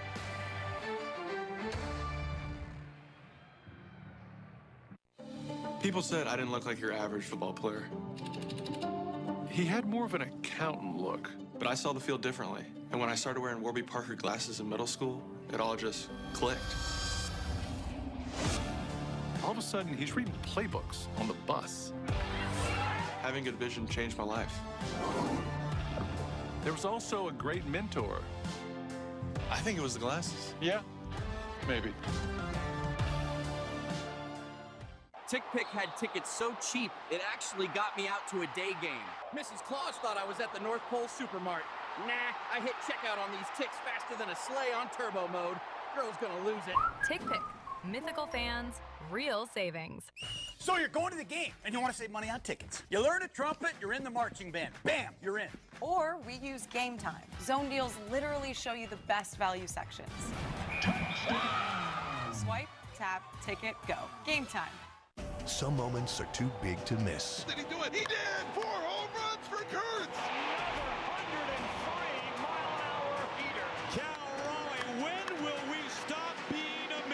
MLB Tonight brings you closer to the biggest plays from around the league as they happen. What a play!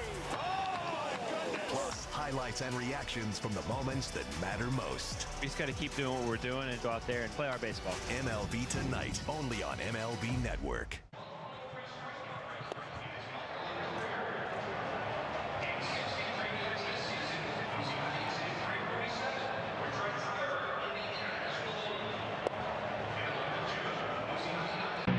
Let's take a look at the Home Depot's getting it done. And Michael Massey has the lone Royals hit tonight. That extended his hitting streak to now 6 games. And he's now got 8 hits over the course of his current 6-game hitting streak. Massey leads off the 5th with Jack Caglione and Kyle Isbell to follow. Well, the Royals wound up getting 2 runs with only 1 hit back in the 3rd inning. Yeah, took advantage of an error. A little miscue there. Sacrifice fly.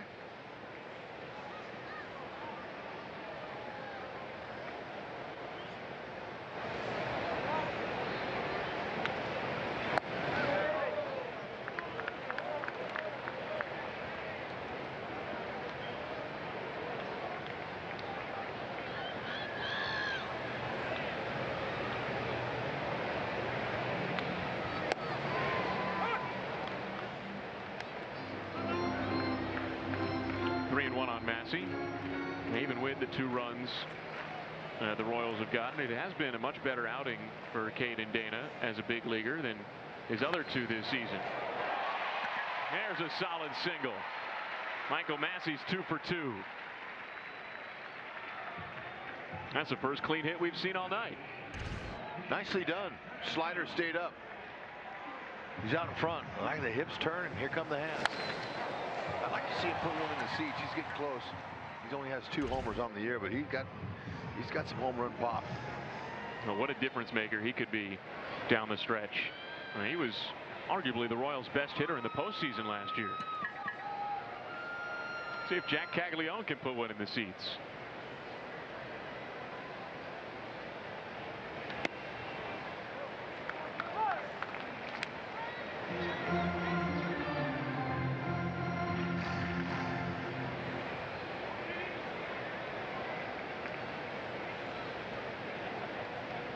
Cags has not seen a strike tonight.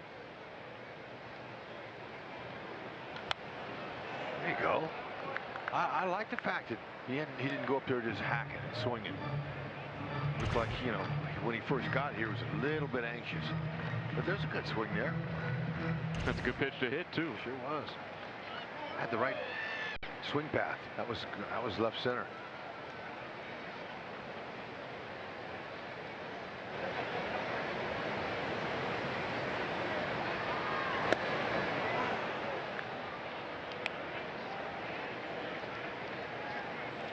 He does like that fastball at the top of the zone. His first career home run, you'll remember, came on a fastball that was up near his shoulders. Yeah. Now he's down in Texas.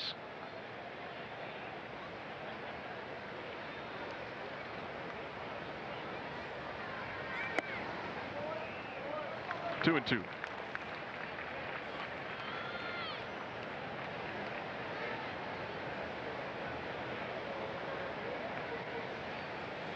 The Angels bullpen is starting to get a little bit active. Nobody's throwing yet, though. 67 pitches for Dana. He's gone a season high 4 innings. He went 3 innings in relief in each of his other 2 big league outings this season. Gave up a couple of runs to the Guardians in early April. Gave up 3 runs to the Marlins in late May. Yeah, boy, he takes a nice rip. His head stayed right down on that. It's not an overswing, but it's powerful. It's 6'5", 250, folks. This is a large man here. Look at the head position. His head's not coming off the ball. That's a good swing. A lot of torque coming down through there.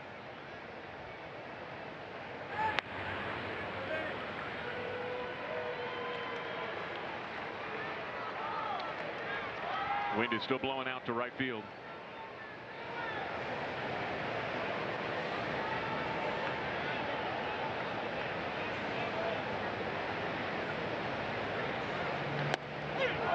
Called strike 3 at the bottom of the zone. And a good pitch from Dana.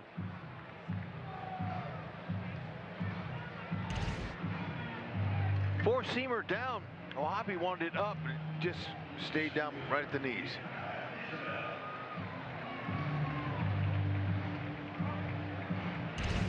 Jack thought it was low.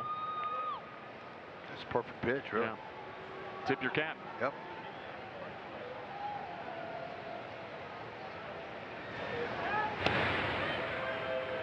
I could tell that you like the AB overall, though.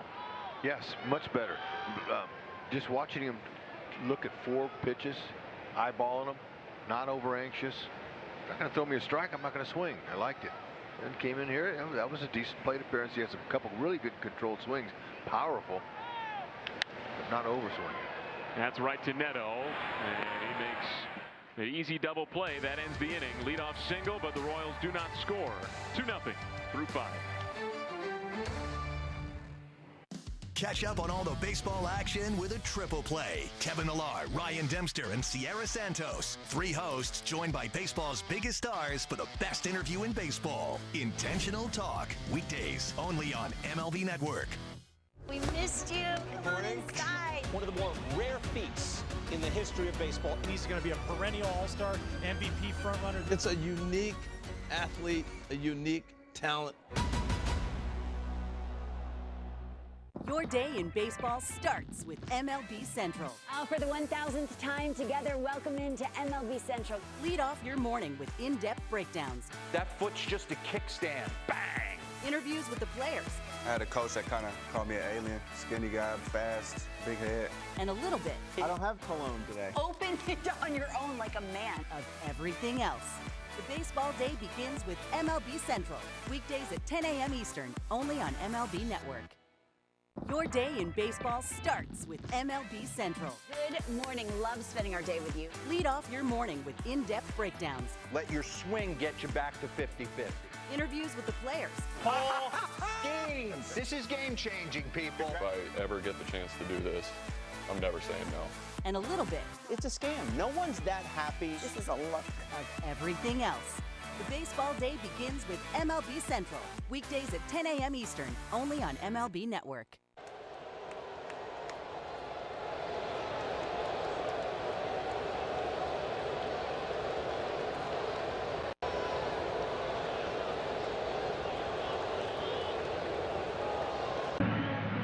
Get Get ready for Golic and Golic, featuring Mike Golic Sr. and Mike Golic Jr. only on FanDuel Sports Network. Tomorrow at 2 o'clock, Brian Westbrook joins the show, Pro Bowl running back with the Eagles. Also, Brett Yormark, the commissioner of the Big 12. Guessing there might be a game or two that they'll ask him about. Certainly a few that have the area buzzing. Going to stay out of that one. Yeah, it's advisable. 2-0 Royals now to the 6th. And Ryan Bergert is back on the mound, and he's beginning his 3rd trip through the Angels lineup. How about that? 5 scoreless, 1 hit. 6 Ks, 2 walks. Rinse and repeat for Ryan. Yeah, 84 pitches thrown, 50 strikes. John Schreiber is starting to warm up in the bullpen.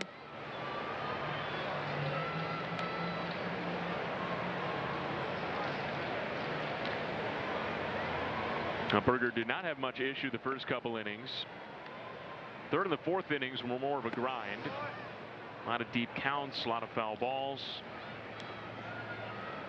And they only needed 10 pitches in a 1-2-3 fifth.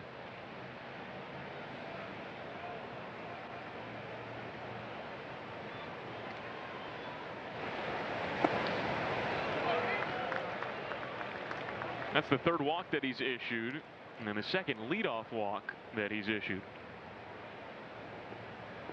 Now a message from Quick Trip. Hey, baseball fans, don't get caught napping. Make a double play with Quick Trip's $5 for a breakfast sandwich plus a Red Bull deal this season. QT, more than a gas station. Well, that's it for Ryan Bergert. He throws 5 innings and faces 1 batter in the 6th. Matt Quatrero takes the baseball. And John Schreiber is coming in to face Yoan Moncada. Runner on first, nobody out. And the Royals are up 2-0. Hey, Chicago, what do you say? Cubs are going to win today. This is their chance to have another run. This is their time. This is the Cubs division to lose this year. They need to be singing the song quite a bit this year. That's hammered. Kyle Tucker, welcome to the Cubs. Dansby swats it. He's one of the most talented ball players. Pete Crow Armstrong, what a stud. Showed to Imanaga, it's about falling in love with him. Seiya Suzuki for the grand slam. And this is when you put the pedal to the metal. I think we got a really good team. Talent-wise, with the Correas and the Royce Lewises and the Buxtons firing at the height of their power, they're probably the most talented team. Royce Lewis puts his team on top. Postseason monster, we all know that. Grand slam, Carlos Correa. With Byron Buxton, it's the tools, the speed, the power. He knows one speed, and that's to go get it. I think that we're a great team. I think we know we're a great team. The Twins have the most talent in that division. Step up to the plate and get ready to play ball. The baseball show for kids where you can learn about batting, fielding, and everything in between from the real pros. Every swing is a big hit on Play Ball. Saturday mornings at 10 Eastern on MLB Network.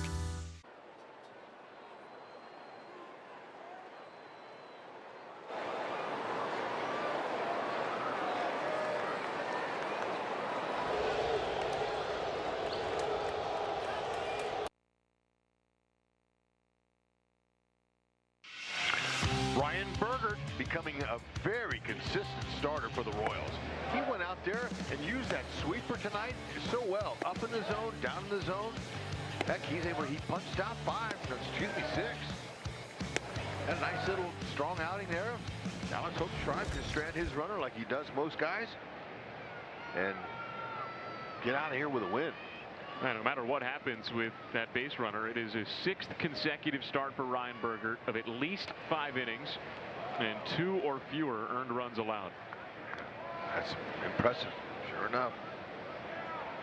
And now John Schreiber has an inherited runner, and he makes his 64th appearance of the season, most among the Royals bullpen.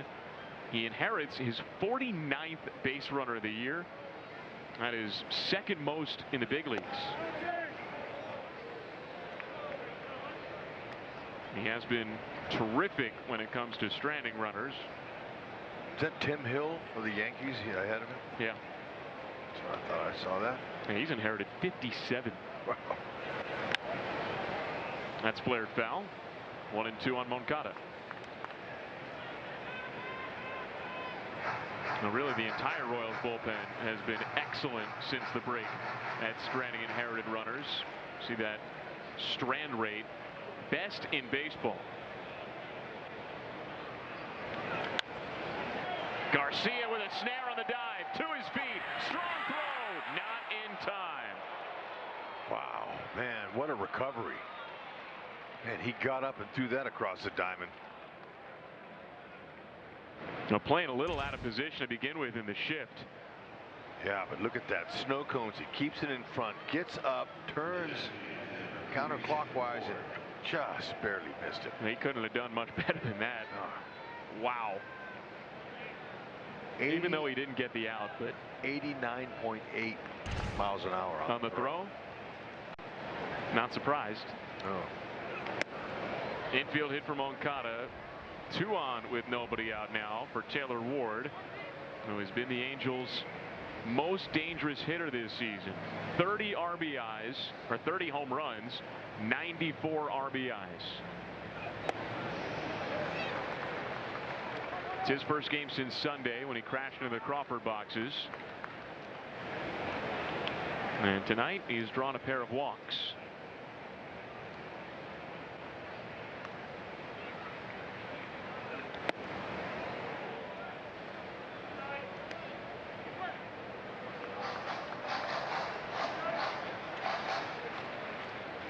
It was in the 6th inning last night when the Angels hit a go-ahead home run. That was from Joe Adell. Now, Ray Montgomery, their interim manager, admitted postgame that this is an Angels offense that is built on the home run. They've hit 193 this year, tied for 5th most in baseball. And they have gotten a combined 62 home runs between the guy at the plate and the guy on deck. Schreiber's giving him a nice little dose of some sweepers. Called strike 3. That is painted on the corner. A perfect pitch for a huge first out. John Schreiber coming up there to paint in the corner with a nice little cutter. Yeah, that ball is not designed to make a big break, but just enough to fool the hitter, and it did there. And Ward, you got to go. Adell bangs one deep to center. Could be trouble. Isbell's back. He looks up. It's gone. For the 2nd straight night, Joe Adell hits a go-ahead home run in the 6th inning. And tonight, it's a 3-run shot. Man, he's strong.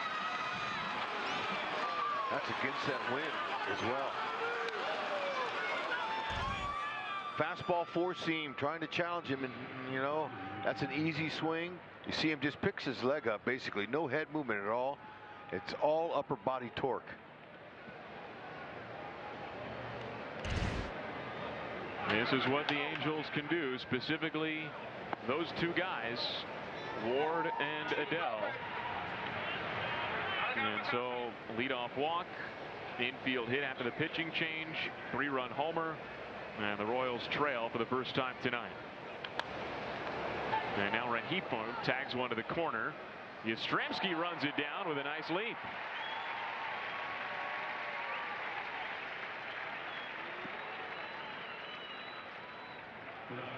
Schreiber shaking his head, man. He's bummed about that. Got to move on though. Look, you got to stay with that ball. And with that wind, crosswind there, going towards the pole like that, that's not an easy catch. But he's so talented. He takes good roots. He's a very smooth runner. Yastrzemski.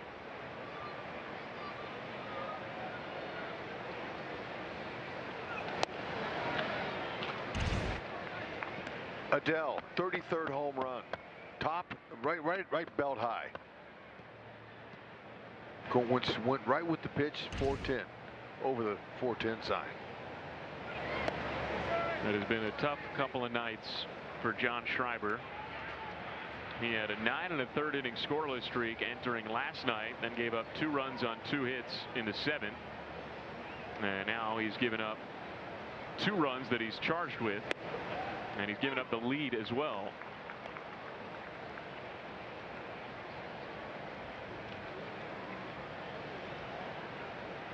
So Ryan Bergert's line is in the books. He's charged with 1 run on 1 hit across his 5+ innings.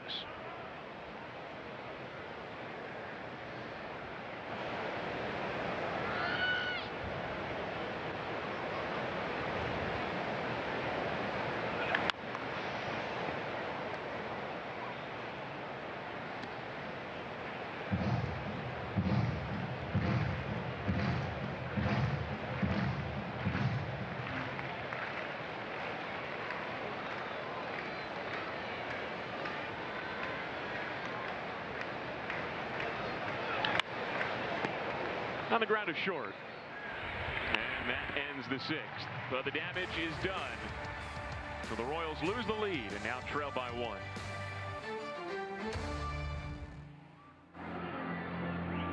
Introducing baseball's all-new national pregame show, MLB Tonight, live at 5. Join Greg, Harold, and Dan and a star-studded roster for a preview of all the night's matchups. Get a first look at the lineups. Everything looks good right now for the Yankees. First take from the players. I'm just excited to put any pair of cleats on. And the first of many breakdowns every game night. A full night of baseball starts at 5. MLB Tonight's national pregame show, live at 5 Eastern on MLB Network. Every game night is a chance to go big with MLB Big Inning. Join Matt Yeloff on baseball's only nightly show that brings you the biggest plays of the night, live and commercial-free. Strikes him out. No one stacks more clutch plays into one live show with up to 4 games on a single screen. He is on fire. It's a walk-off winner. Change up game night with baseball's biggest game changer, MLB Big Inning, every night, all season long on MLB.tv. Presented by BetMGM. I think this is the Phillies' division to win. Everybody knows their role within the team and are motivated collectively to go after that World Series ring. Bryce Harper is one of the great faces of our sport. Great ones do great things when it matters. Trey Turner, just tools out of his mind. Trey Turner, mammoth home run. Zach Wheeler. But this guy has been nothing but sensational since he was signed. This fan base loves us as a team. I love the city, man. A lot of fun to be able to go in the bank every single day. They are a complete team. Time to win for the Phillies.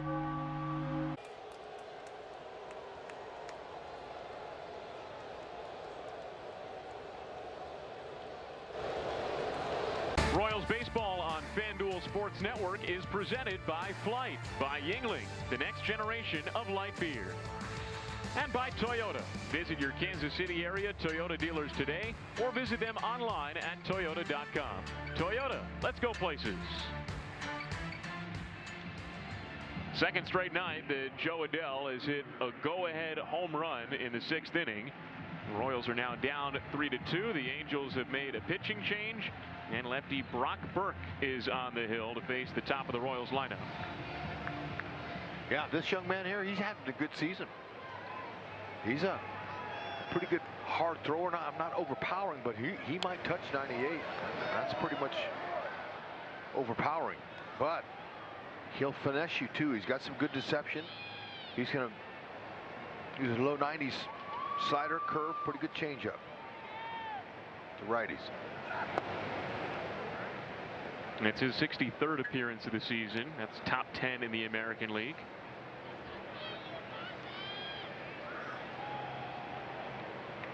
He's with the Rangers a couple of years ago, won the World Series with them. He was with the Rangers to begin this season too.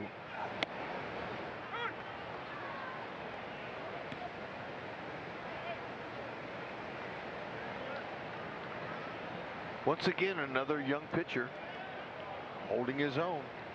Back-to-back nights here for the Halos. Caden Dana did a nice job. That's poked to left, and Chris Taylor is there.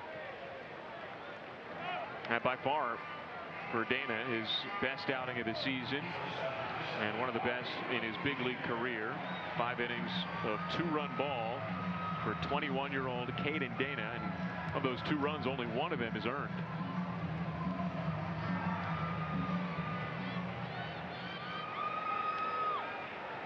So back-to-back nights, the Royals offense has been flummoxed by Angels rookies. Watch out. He started his windup, and O'Hoppe was coming out. Watch out. Watch this.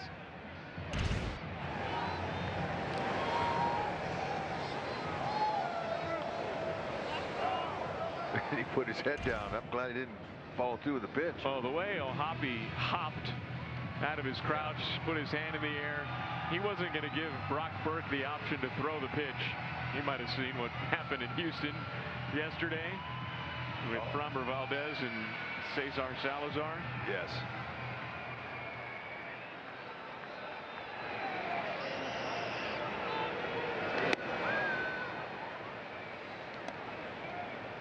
Close but outside. Ball 1 on Bobby Witt Jr.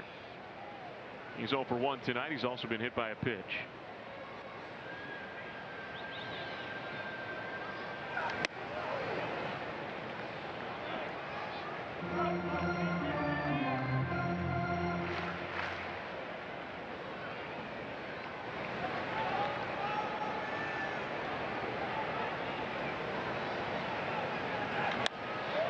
Off the end of the bat and in his center.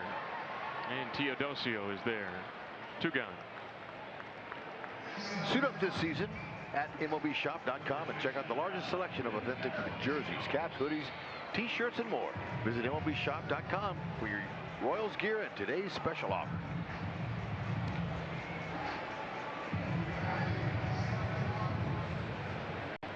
Jonathan Bolin is starting to get loose.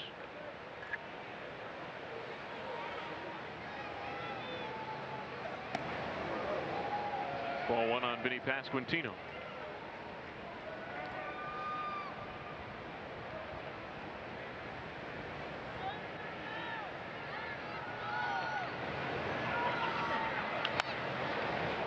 It's the first time that Burke has pitched since Monday. That was Labor Day in Houston. He gave up a 3-run homer to Jose Altuve. A Crawford box shot.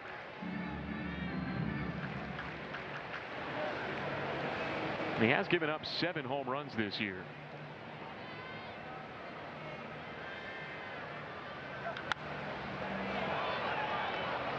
Straightaway left for Taylor.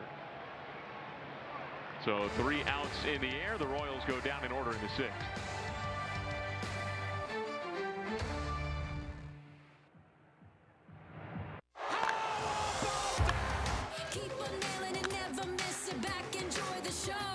Relive the biggest plays from every game with Abby LeVar on Quick Pitch. Late nights and early mornings on MLB Network. Catch up on all the baseball action with a triple play. Kevin Millar, Ryan Dempster, and Sierra Santos. 3 hosts joined by baseball's biggest stars for the best interview in baseball. Intentional Talk. Weekdays only on MLB Network. Did he do it? Oh my goodness, what a play! An absolute beast unleashed. You are unbelievable. Racking them up, all I do is win. Spot that hashtag like a boss, yeah, that's how I roll. Keep on nailing it, never miss it, back, enjoy the show. Relive the biggest plays from every game with Abby LeVar on Quick Pitch. Late nights and early mornings on MLB Network. Did he do it? Oh my goodness, what a play! An absolute beast unleashed. You are unbelievable. Racking them up, all I do is win. Spot that hashtag like a boss, yeah, that's how I roll. Keep on nailing it, never miss it, back, enjoy the show. Relive the biggest plays from every game with Abby LeVar on Quick Pitch. Late nights and early mornings on MLB Network.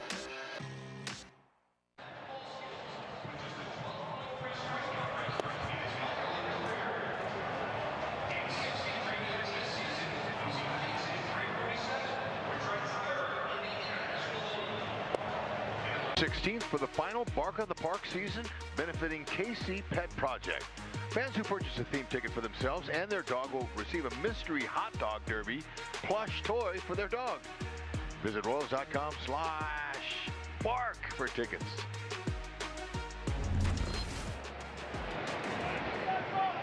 Nailed it.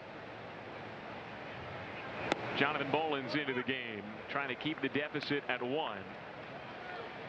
His 24th appearance of the season, his 5th since returning again to the big league club.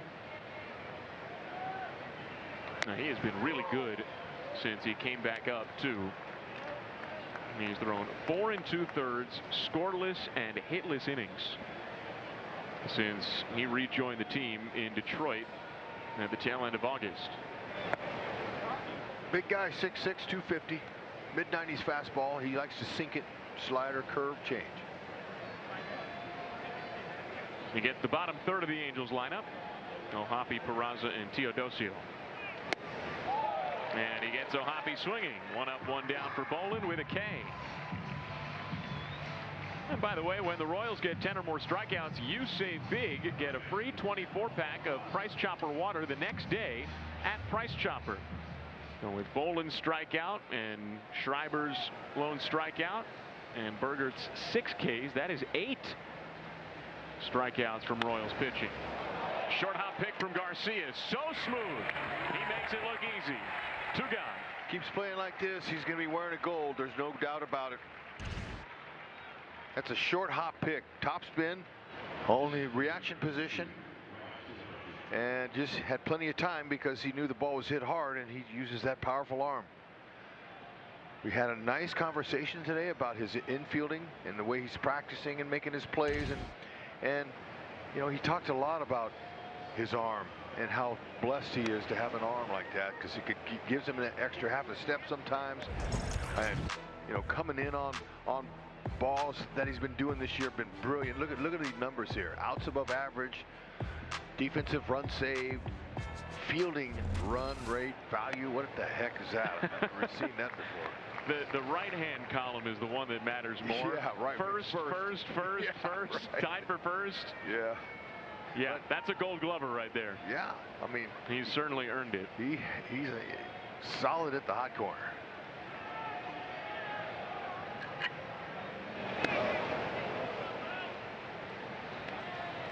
Now that play that Garcia just made was not on an infield slow roller like the two of you were talking about pregame today.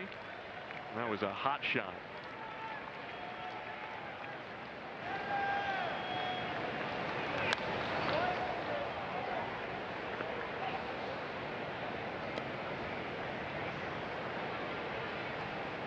Still 1-2 on Teodosio, who's 0 for 2 tonight.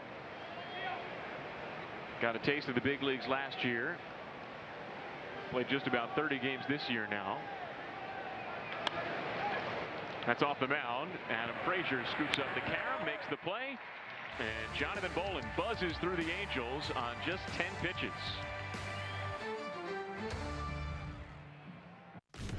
Turn on baseball's national pregame show. MLB Tonight, live at 5. Join Greg, Harold, and Dan and a star-studded roster for a preview of all the night's matchups. Get a first look at the lineups. You know the top 3 are getting there. First take from the players. Understanding what I do well, and it's use the whole field. And the first of many breakdowns every game night. A full night of baseball starts at 5. MLB Tonight's national pregame show. Weekdays on MLB Network.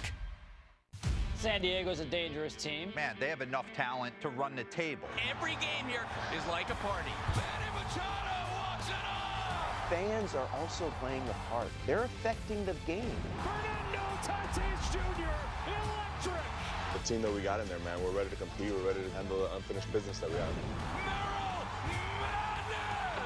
The towels flying, the fans going nuts. Welcome to Slam Diego! There's certain players in every lineup that make the lineup go. Speed, power, he is a difference maker. Ketel Marte, he's done it one more time. The best second baseman in the game, that's Ketel Marte. There goes Corbin. Just incredible speed. He wants to bury people. He just doesn't want to beat you. He wants to drive you into the ground. Goodbye, Snakes alive. They're tearing the cover off the ball. We play to win. We've played that way all year. I guess this is just another example of that. We know what's in that locker room. We know the heart we have.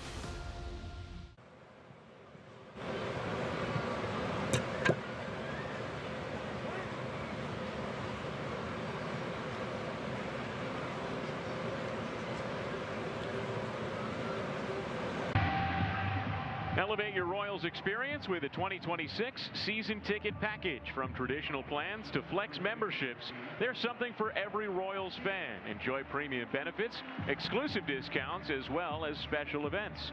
Sign up for the 2026 season at royals.com/season tickets. The Royals are chasing 1. Now into the 7th. Michael Garcia leads off. Robert Stevenson is on for the Angels. He just came off the injured list after he missed 70 games with right biceps inflammation. So this is only his 6th appearance of the year. He has not pitched much for an Angels bullpen that certainly expected him to. He signed a 3-year deal with the Angels before the 2024 season and then missed all of last year after needing Tommy John surgery. Roll to third, and Moncada scoops it up 1 away. Yeah, Stevenson, he's a mid-90s with his velocity, cutter, slider, curve, and a split change grip, split finger.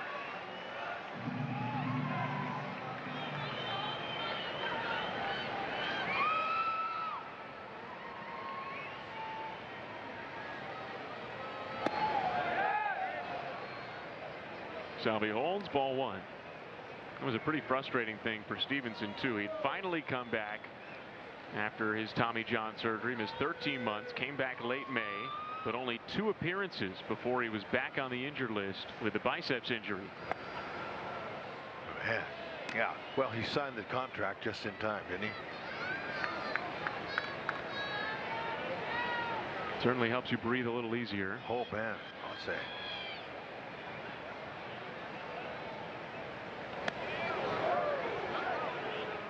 There's a 4-seamer.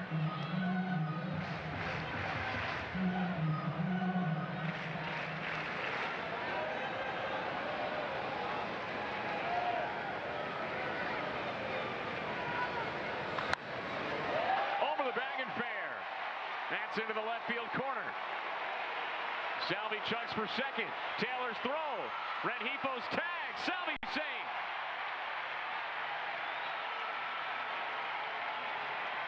That could be just what the Royals need to kickstart the offense.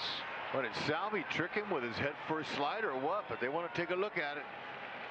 Well, Renjifo was pointing over to the third base dugout immediately. Yeah, left fielder, veteran Chris Taylor made a nice play off the wall. That one-hop throw wasn't too shabby either. Renjifo, he knows he's got to get that tag on him. Challenging the safe call. Yeah. Oh, he swam around it. Salvi, that left hand stuck on the base, and he went to tag the right, and he took it away. Oh, Renjifo's tag didn't hit Salvi until it got him on the backside, but Salvi's left hand is already there.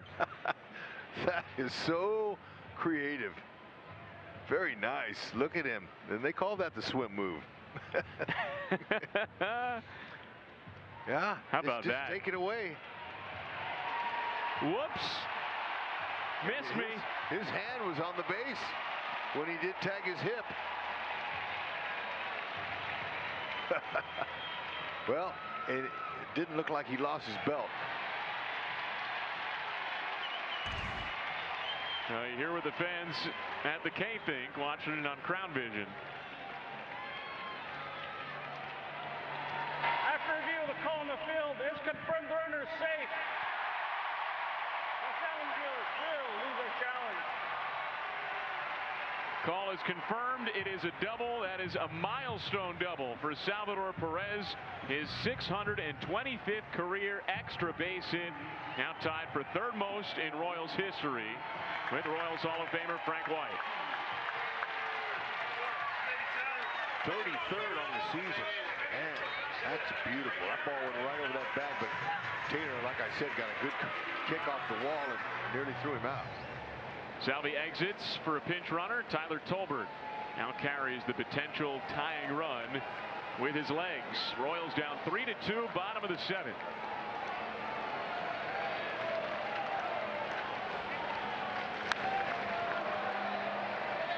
Well, the Royals have been lacking the clutch hit all homestand, including tonight. 1 for 20 with runners in scoring position. Left side is wide open for Frazier.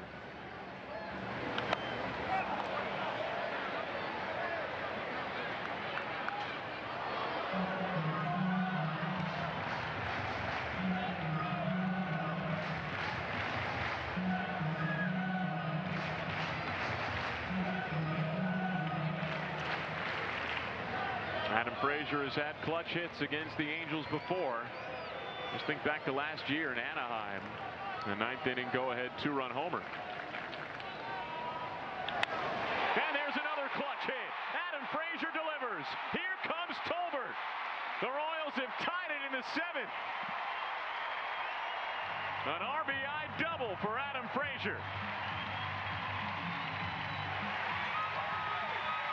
Frazier, he's so controlled with his body. He doesn't get out too far out front. You see the four-seam fastball? He attacks it. Hardly any stride at all. Watch him, just all hips, hip turns. Here come the hands, and he got it out front and pulled it in a nice spot. Traded places with Tolbert. Tied it up now. Looking to go ahead. Back-to-back doubles for the Royals to tie the game in the bottom of the 7th. Knotted at 3.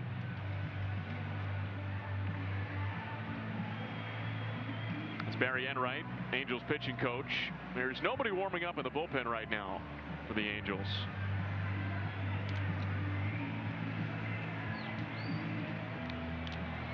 By the way, just a quick glance. The Mariners are losing. The Rays have a 9-4 lead over the Mariners. That's in the bottom of the 7th inning in Tampa. And again, the Rangers already lost today. Well, the Rangers are on the outside looking in, but the Royals are chasing them too. Dogfight. Just look for something good to hit. Like Frazier, that was elevated. Be ready. Michael Massey is 2 for 2 tonight. Until this inning, he had the Royals' only 2 hits.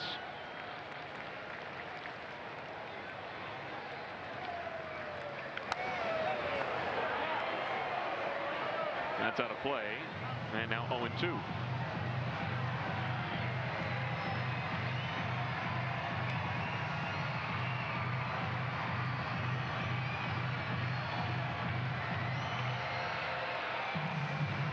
Well, the Royals had a slim lead last night, lost it, and could not recover.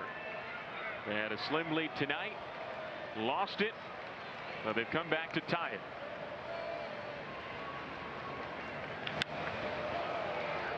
Rengifo bobbles, recovers, and gets the out. Frazier's over to third.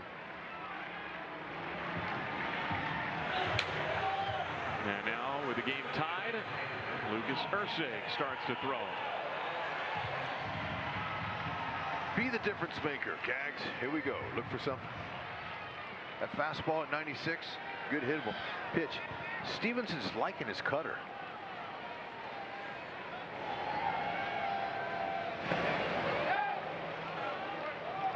Frazier thought about it.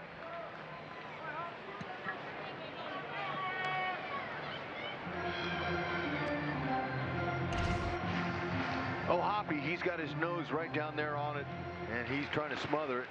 Kind of got away from him a little bit there, but not far enough. I like how Frazier was ready. Always be ready to pick up that run. That ball didn't have to bounce too far.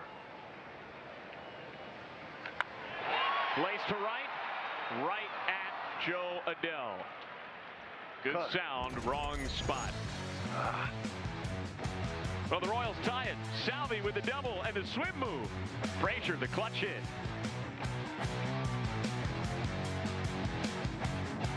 Did he do it?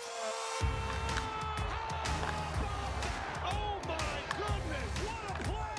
An absolute beast unleashed. You are unbelievable. Racking them up, all I do is win. Spot that hashtag like a boss. Yeah, that's how I roll. Keep on nailing it, never miss it. Back, enjoy the show. Relive the biggest plays from every game with Abby LeVar on Quick Pitch. Late nights and early mornings on MLB Network. We got our hands up in the air, 'cause it's a party. We having fun here, 'cause it's a party. Oh my! This guy is next level. Oh my goodness! Lots of great baseball coming, and good guess, by the way. Play baseball like I'm still a young kid, like a little teenager. Good luck trying to hit that, man. It's unhittable. What a moment! This is the show that never ends. Talent talent-wise, with the Correas and the Royce Lewises and the Buxtons firing at the height of their power, they're probably the most talented team. Royce Lewis puts his team on top. Postseason monster, we all know that. Grand slam, Carlos Correa. With Byron Buxton, it's the tools, the speed, the power. He knows one speed, and that's to go get it. I think that we're a great team. I think we know we're a great team. The Twins have the most talent in that division.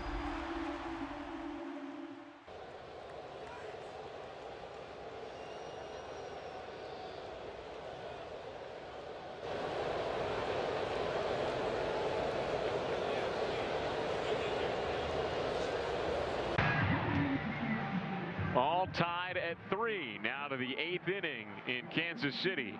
Salvador Perez kick-started a rally with a double. Tyler Tolbert pinch ran for him and scored the tying run. Now Luke Maile enters behind the plate to catch Lucas Erceg, who's trying to keep this game tied. He gets the top third of the Angels lineup.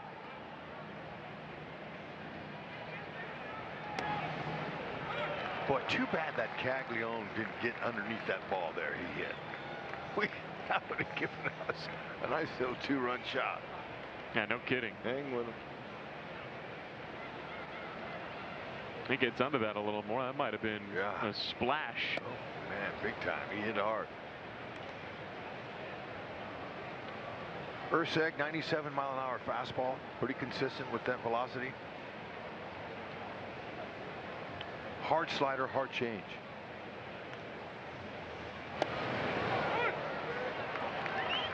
There's the change. And even though Maile couldn't squeeze it, Erceg gets the call. 1-2. I don't thought he was going to get hit by it. That's good stuff from Brock Ballou, home plate umpire. You know, when the catcher doesn't catch a pitch, especially if it's borderline, you don't often see it called a strike, as it should have been in this case. So, tip of the cap.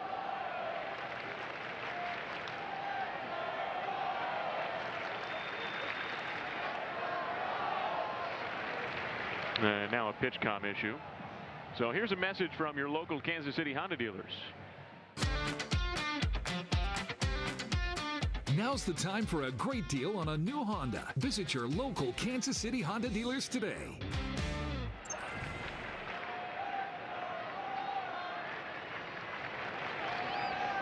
One and 2 on Zach Neto. Called strike 3. Right over the outer edge. Better believe it was. It's that 4-seam fastball right on the edge, and Neto, you got to go.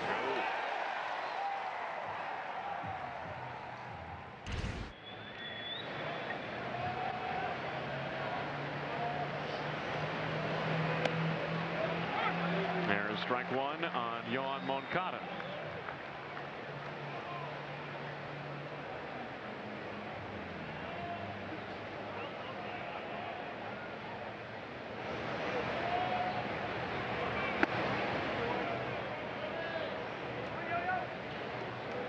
He had an infield single in the Angels' 3-run 6th inning. Michael Garcia nearly got him on a tremendous play. 2 batters later, Joe Adell hit his go-ahead 3-run homer. And the Royals just tied it in the bottom of the 7th.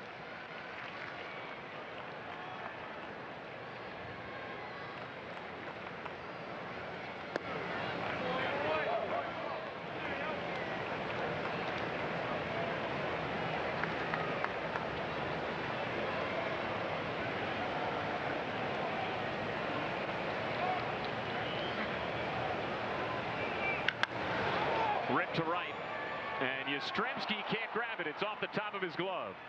Moncada's going for 2. Yastrzemski's throw is not in time, and so Moncada's got a double.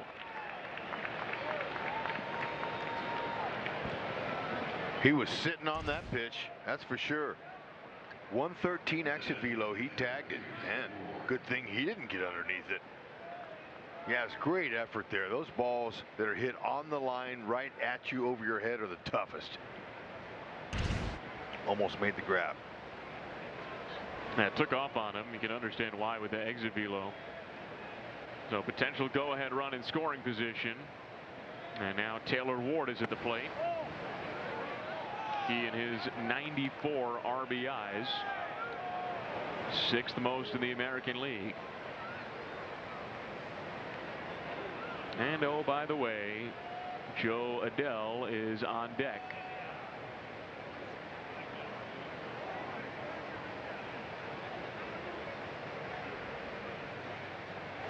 Now Lucas needs a new pitch comm device.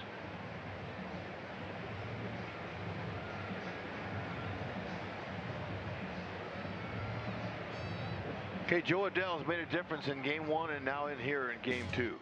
Okay, the first game off Lorenzen, it was a curveball. The only curveball Lorenzen threw all night. Thought he could keep it down, but he didn't. He left it up just enough for him to barrel it. And then tonight, he rode a high, hard, four-seam fastball up and out of the zone, right where it was pitched. No wonder he's smiling. Adele has 2 home runs and 5 RBIs in the first 2 games of this series. He's on deck. First, Ursig has to get through Taylor Ward. He was 0 for 1 with a strikeout and a couple of walks tonight. Yeah, that gives him 69 walks. He's got the most walks on the team, so he's a very selective hitter.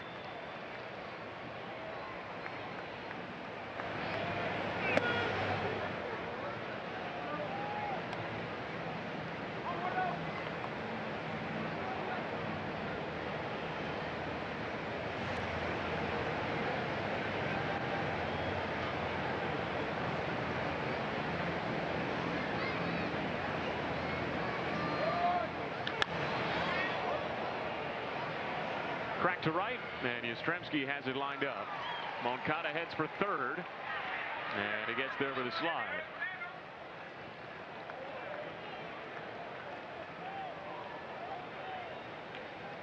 And so here we go. Potential go-ahead run at third, and Joe Adele steps to the plate.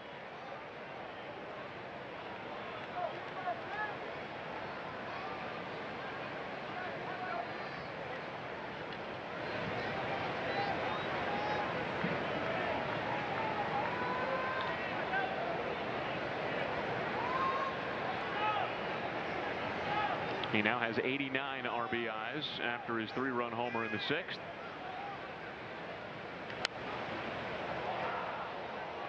Like it. Coming right at him with a four-seamer.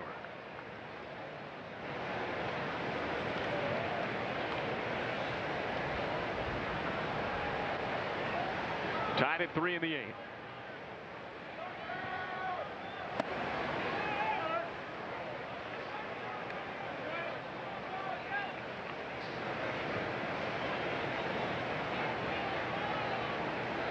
He's just looking out over the plate for something. He's a very hot hitter, and he's not looking for any particular pitch. Looking for the zone. Yeah, that was a slider. He turned on that.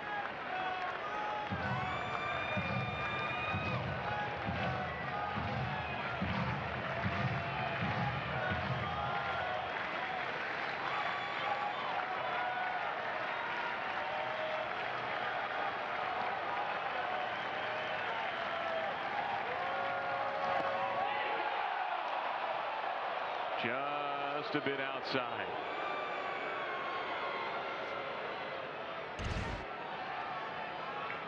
Mid-80s hard slider.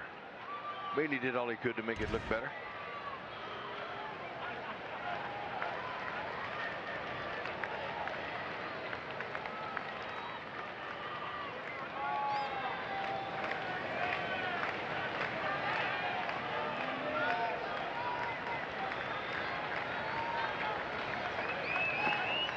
Great block from Luke Maile. That just preserved the tie.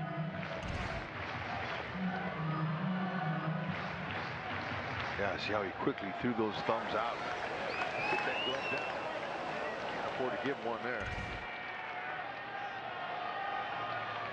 3-2 on Adele. Payoff pitch. Bounce softly to short. Witt charges, bobbles, can't make the play. And the Angels have taken the lead. Moncada scores, And right after tying the game at 3, the Royals once again trail by a run. 3-2. Hitter thinks the fastball's coming. It was a two-seam sinker and got him to hit the top of the ball.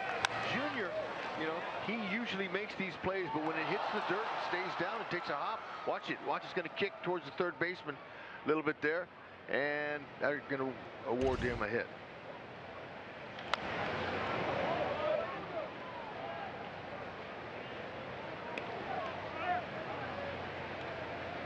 So it is another RBI for Joe Adell, his 4th of the game and his 6th now of the series,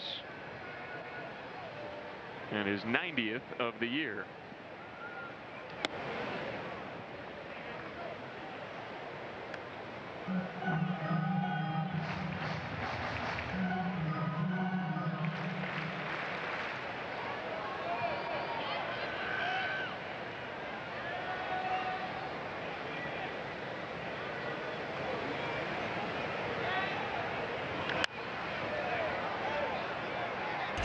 All right, Junior's coming in, big high hop here, hits the dirt, and didn't quite have the same trajectory. And when you're running in on a ball and it bounces on the grass and then on the dirt, you're getting 2 different hops. I'm not making excuses, just telling you the lay of the land, and official score saw it that way too. He just stayed down under his glove. Adell takes off for second, and Maley's throw goes into center. So Adell gets the stolen base and stays put at second. Good jump, just his 5th steal on the year.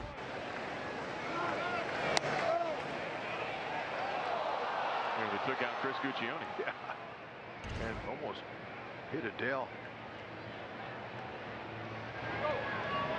So go ahead RBI infield hit for Joe Adell. Well, Bobby would tell you that that's a play that he should make.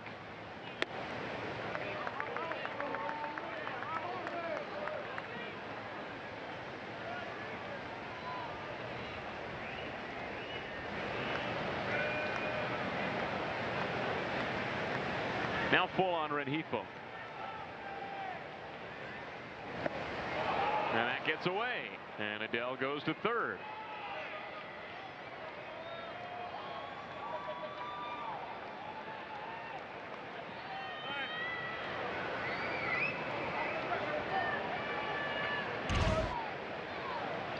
Just the 3rd wild pitch on the season for Urseg. And this is out in front. Maley decided to go with the back end instead of putting his body in front. And I guarantee you now, if he throws one like that, he'll use his whole body to stay in front. You can't give him another run. So a mound visit for Urseg. This is Brian Sweeney's first mound visit of this series. And it comes in what has been a frustrating inning.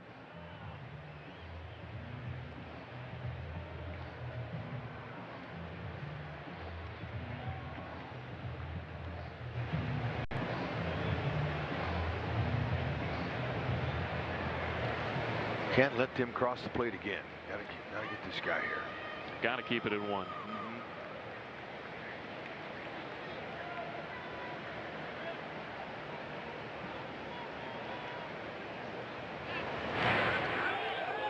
Almost got him.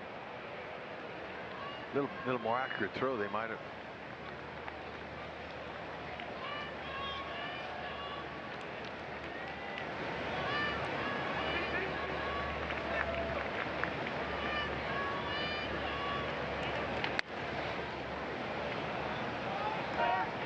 That has not been Urseg's sharpest inning in terms of command. He's now thrown 26 pitches, and he has thrown more balls than strikes. Yeah, he's struggling to find the strike zone.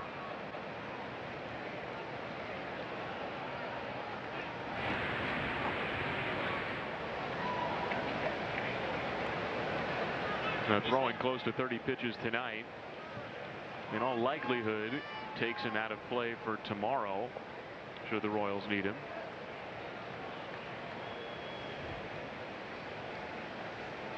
Rengifo takes off, and now he goes back.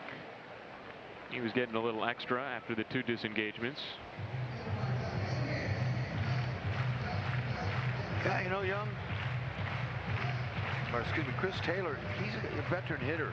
He's looking around here and kind of looking at the lay of the land. A 97, 98 mile an hour fastball for Urseg. You know, he could try to go the other way. If he does, it's a big hole. They're playing him to pull. Frazier is. We'll see. Odd save the throwovers. Don't want to miss and give him another run. Shallow right center, and Isbell, who gets a great jump as always, grabs it to end the inning. The Angels have retaken the lead, and once again, the Royals are down a run. TickPick had tickets so cheap, it actually got me out to a day game. Mrs. Claus thought I was at the North Pole Supermart. Nah, I hit checkout on these ticks faster than a sleigh on turbo mode. Girl's gonna lose it. TickPick. Mythical fans, real savings. There's a unicorn in Hollywood. The lineup we know is incredibly deep, but that starting rotation is unlike anything I can remember. I got them running the National League. I think this is the first of like 4 or 5 straight world championships. This is just an incredible wealth of riches. Shohei Ohtani!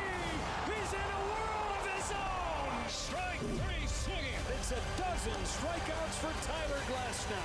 Walk-off win! So you're going to the game, and you want to save money on tickets. You learn a trumpet, you're in the marching band. Bam, you're in. Or we use Game Time. Zone deals literally show you the best value sections. Swipe, tap, ticket, go. Game Time.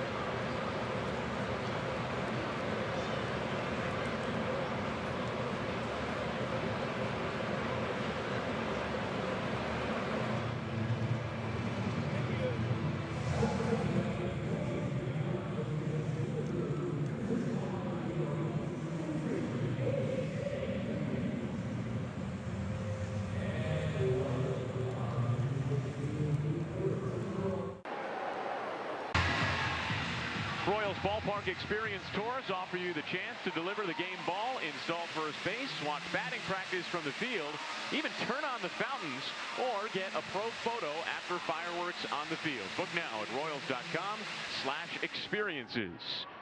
New pitcher for the Angels is veteran lefty Andrew Chafin. He is now making his 39th appearance of the season overall. It is his 13th with the Angels. He has pretty extreme righty-lefty splits. He's held lefties to a 132 average. Righties have hit 382 against him. Well, he's not overpowering. He's like 88 to 90. Okay, so he's not going to overpower you. He likes to sink his fastball. Lefties, he's going to throw that big slider sweeper. And his back-to-back lefties due up for the Royals in Isbell and Yastrzemski, but as you might expect, Randall Grichuk is now in the on-deck circle. He's ready to pinch hit.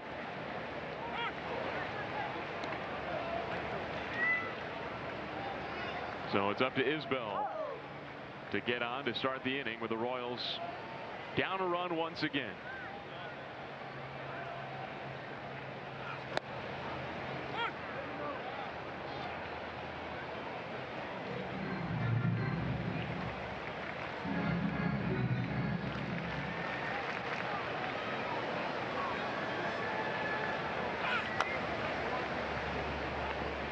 That big slider, hard to really keep your shoulder in if you're a left-hander.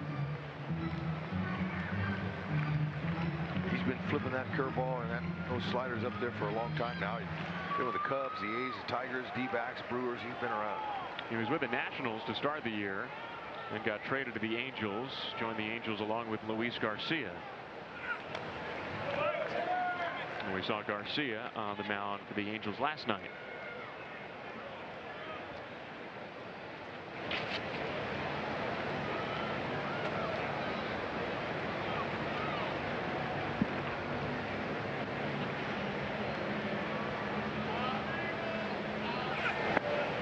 Check swing, and is he held? 2-2.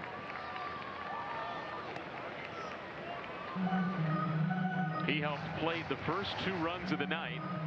Dropped down a sacrifice bunt and got hit in the helmet by the throw. That was an error. That's how the Royals scored their first run tonight. Another run came around in that inning on a sacrifice fly from Yastrzemski.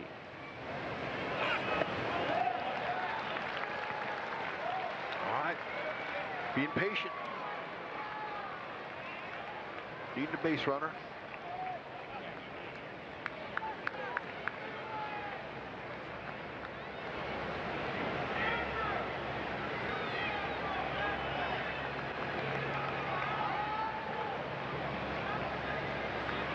Full count on Kyle Isbell.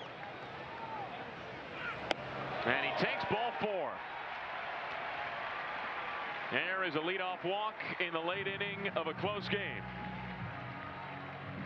And Randall Grichuk comes to the plate. Tomorrow, it's Noah Cameron on the mound. Don't miss Price Chopper Royals Live. We'll get you set at 6 o'clock and preview tomorrow's series finale. That was originally supposed to be Seth Lugo pitching tomorrow, but now it's Cameron. And the Royals' weekend starters, in fact, are listed as Michael Wacha, TBA, and Michael Lorenzen. So that's a bit of news that raised an eyebrow earlier today.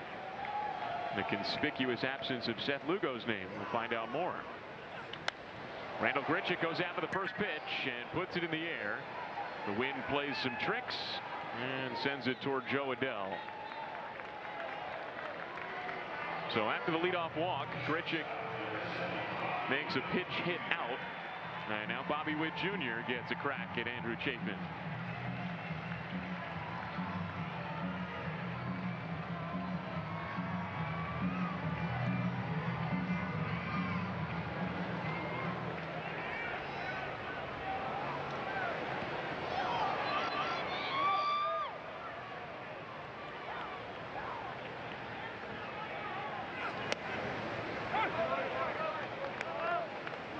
Potential tying run at first.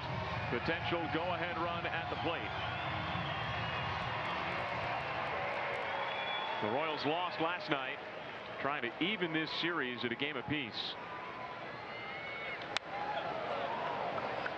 The Angels, by the way, have not won a road series since their first series out of the All-Star break. That was in Philly. Wow, in Philly. Mm-hmm. Wow, that's not an easy place to play.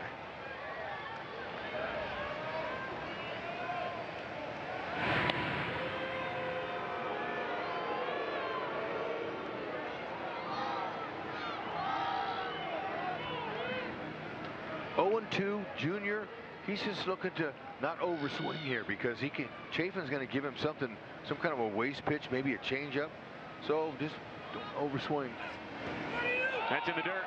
And Isbell gets to second. There you go. Potential tying run in scoring position. He's going to try to make him chase.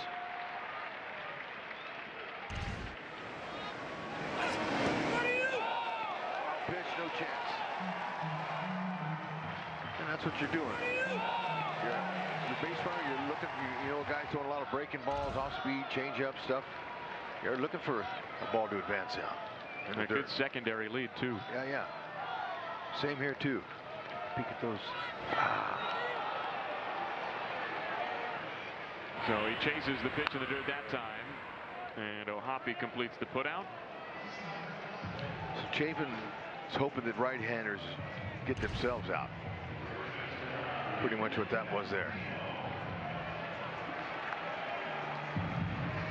So now a tough matchup for Vinny left on left. Now, lo and behold, we gave you the extreme righty-lefty splits, and the lone lefty has reached, and the two righties have made outs. Yeah. So it goes. Yeah, hard to figure the game. Nobody ever will. No.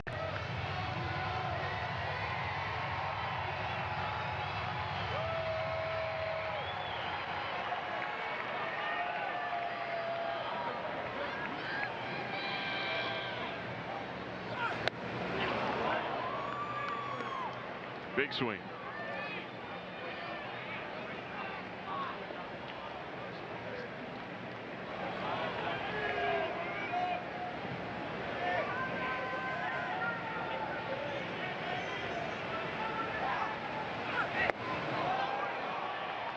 Chase the slider, 1-2. Yeah, soft balls, soft tossers, man. Sometimes they get you off balance. It's all about location, changing speeds.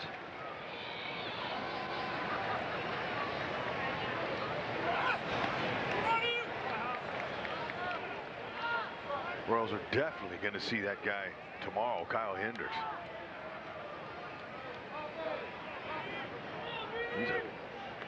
His fastball might top 90, maybe. He has one of the slowest average fastballs in the game. First things first, though, he can make a mistake. Let's hope that happens. Now, Hendricks tomorrow is very much the opposite of the other starters the Royals have seen. He is far from a rookie. Yeah, but he can pitch. And you can't laugh at a guy like that because he averages about 86, 87 miles an hour. 2-2. And the count's full.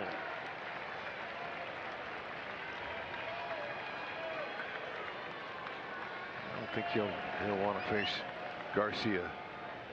They got a righty working on that bullpen for Garcia.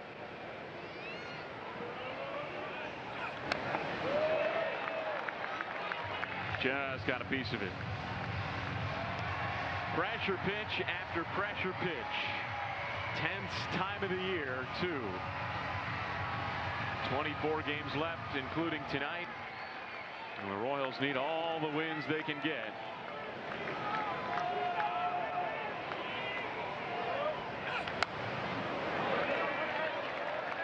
Fighting and clawing, that's all he's doing, trying to fight off a pitch till he can make one a little bit more meaty. There you go. The four-seam fastball is all sliders, and I wouldn't expect a fastball unless it's going to be up, elevated, maybe get him to pop up, but he's probably going to stay down. Then he's about to see an 8th pitch from Andrew Chafin. And he'll see a 9th.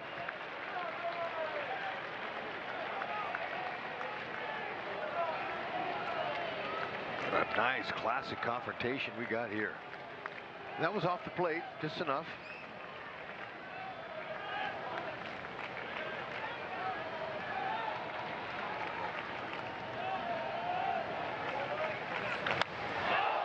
Down the right field line, pulled foul. Oh, that was the one. Now he's got to try to do it again. That little slider, that was the best hitting pitch he's got. Yeah, he got a hanger. Yeah. All right, might as well make it 10 pitches. Potential tying run is second.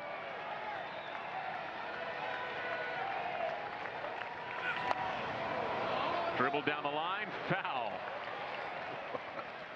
Now Vinny's now fouled off 5 in a row.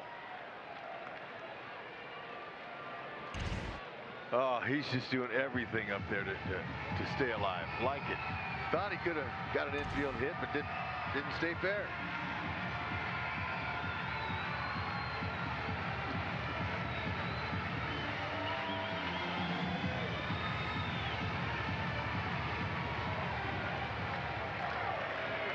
So to an 11th pitch between Chafin and Pasquantino.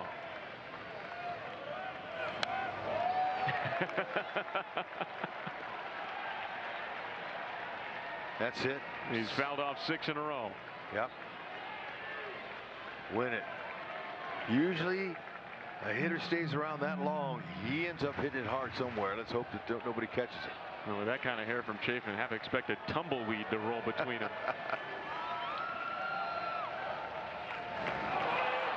And Vinny goes down on a pitch in the dirt. He battled, but Chafin wins the war, and the Royals go scoreless in the 8th.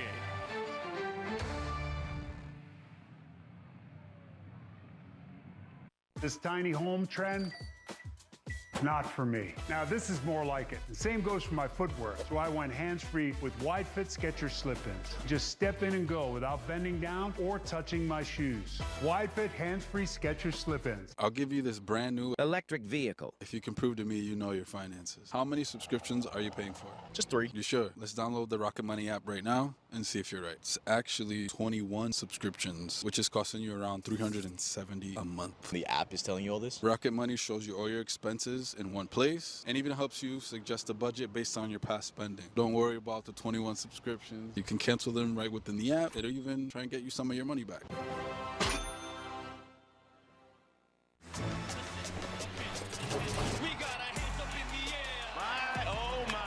Well, that's a great baseball comment. And good guess, by the way. Good luck trying to hit that, man. It's unhittable.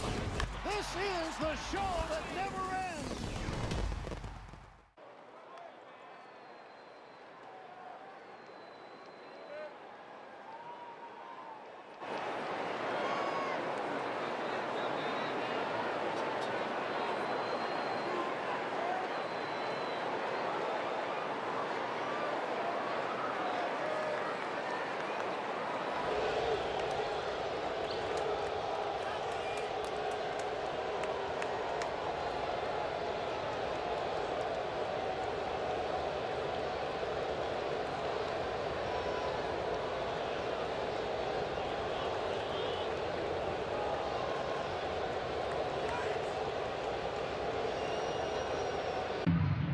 Randall Grichuk remains in the game. He's now in right field.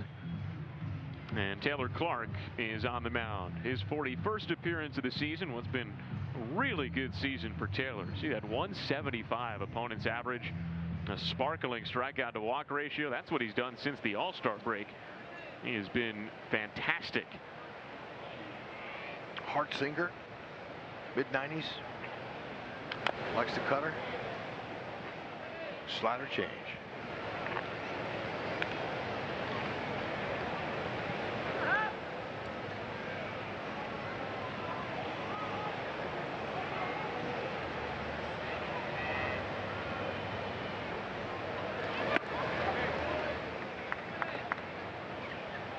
Bottom third of the lineup. All of the damage that the Angels have done tonight has come from the top half of their order.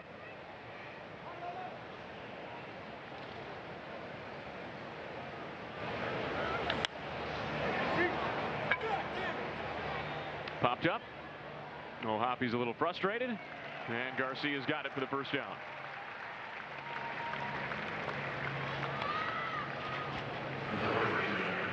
As Reed Detmers warming up in the bullpen. No Kenley Jansen. Remember, Jansen pitched yesterday. It was a scoreless ninth inning, but he threw 22 pitches, and it was a non-save situation. And that was a little bit of an eyebrow raiser at the time. Jansen had been warming up in their bullpen last night, so maybe he was hot and yeah, decided to go with him.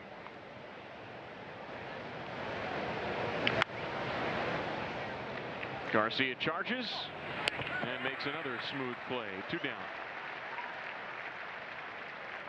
That's nothing against Reed Detmers, but he is not Kenley Jansen. And Jansen, again, threw yesterday in a non-save situation. He's also now thrown in 3 of the last 4 games for the Angels. Yeah, you got 2 righties in Garcia and Salvi, and then you got all lefties the rest of the way.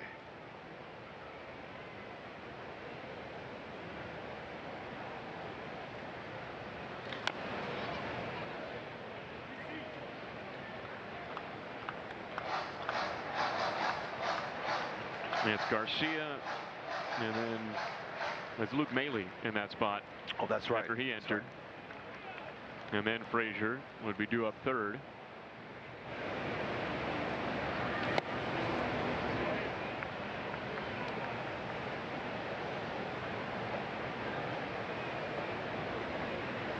Now, there are only 2 bats left on the Royals bench. Carter Jensen, who's a lefty, and Nick Lofton, a righty.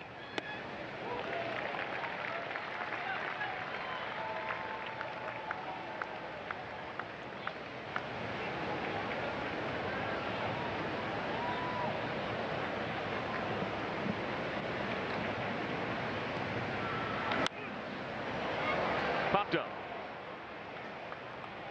Pasquantino tracks it and squeezes it and ends the inning. A 1-2-3 ninth for Clark. The Royals are down to their final 3 outs. Michael Garcia leads off.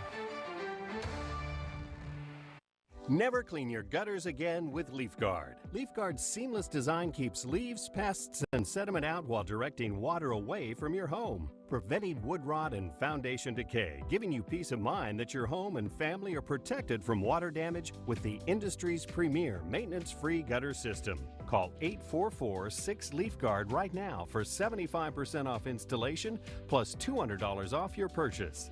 LeafGuard, get it today. Protected for life.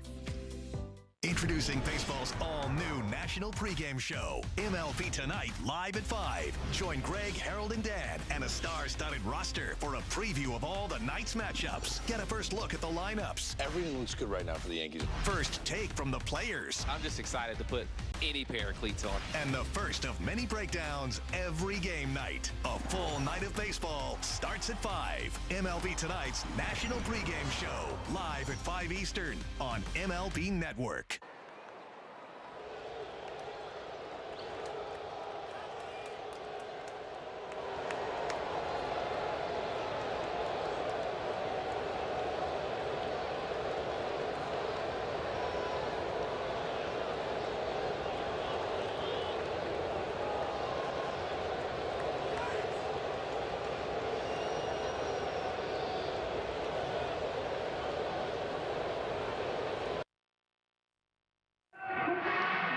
Trailing by 1. Joe Goldberg, Royals Hall of Famer Jeff Montgomery. A little bit of deja vu from last night. Yeah, not a lot of hits in this game, but 2 big hits from Joe Adell from the Angels. Adell, 2 rookie pitchers. Bobby Wood Jr. had the big defensive play last night. Tonight, we'll see. Was that an error? Was that a hit? We'll find out what he thinks. Much more coming up on Rally House Royals Live. We'll see if the Royals can mount the comeback, guys.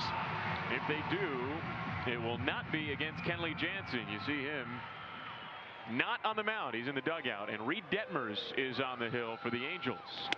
Michael Garcia leads off with Luke Maile on deck and Adam Frazier in the hole. Detmers threw a scoreless inning yesterday. He is a reliever this year for the first time in his career after he was a starter. And he does have 2 saves, though those 2 saves have come in 6 save opportunities. Okay, so he likes his fastball, mid-90s, maybe a couple of ticks higher. Slider. Big curve. Might use a changeup on the righties. 2 of them here. Need a table setter.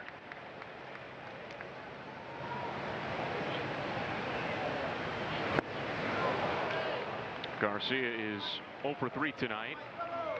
He is 0 for 6 in this series. Okay, back leg slider. Good location.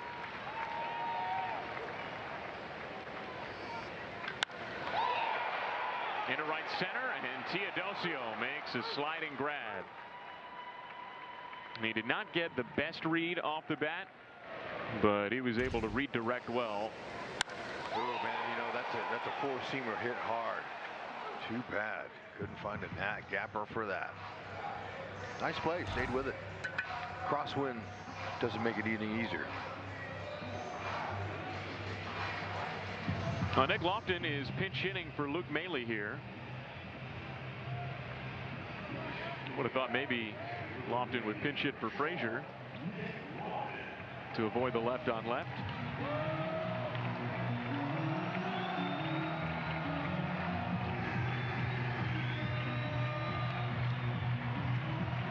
Detmers, though, has reverse splits. Lefties have actually had more success against him than righties.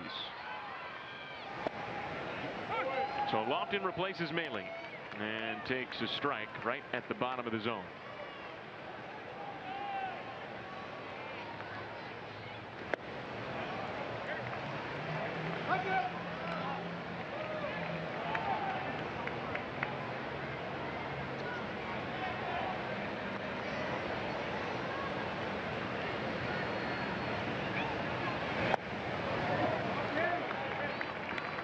You're looking for a good pitch to drive here. Just 1 for 13 as a pinch hitter.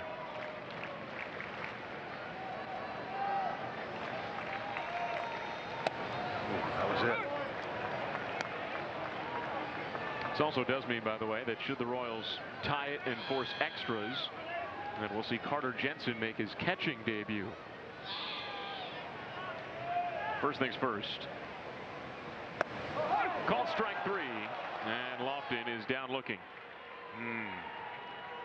Previous pitch was the best one. You know, you pinch hit and you got to be looking to swing. Man, if you don't hack, they'll send you back. It's 2 fastballs in a row, and he's a good fastball hitter. Well, the Royals looked like they had some momentum offensively in the 7th when Adam Frazier tied the game with a double. Well, the Angels retook the lead with a run in the 8th. Well, the Royals have not had a hit since. They got a leadoff walk in the bottom of the 8th, but Chapin retired the next 3. And Detmers has gone 2 up, 2 down, and Frazier is in an 0-2 hole. And he strikes out to end the game. A deflating loss for the Royals, who have dropped this series to the Angels and have lost back-to-back games.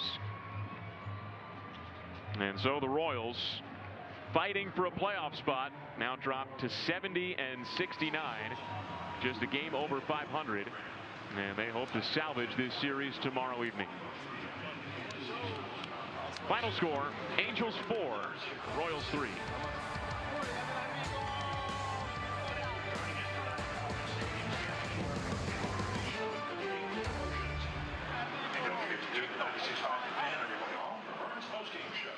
Turn on baseball's biggest game changer, MLB Big Inning. Experience live baseball in a whole new way with up to 4 games on a single screen. He is on fire. MLB Big Inning, every game night on MLB.tv. Keep on nailing it, never miss it back, enjoy the show. Relive the biggest plays from every game with Abby LeVar on Quick Pitch, late nights and early mornings on MLB Network.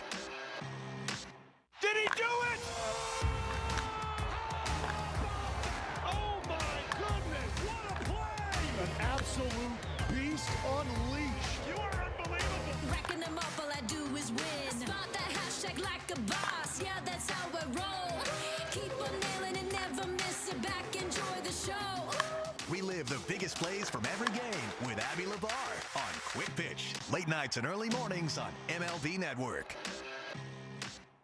Introducing baseball's all-new national pregame show, MLB Tonight, live at 5. Join Greg, Harold, and Dan and a star-studded roster for a preview of all the night's matchups. Get a first look at the lineups. Everything looks good right now for the Yankees. First take from the players. I'm just excited to put any pair of cleats on. And the first of many breakdowns every game night. A full night of baseball starts at 5. MLB Tonight's national pregame show, live at 5 Eastern on MLB Network.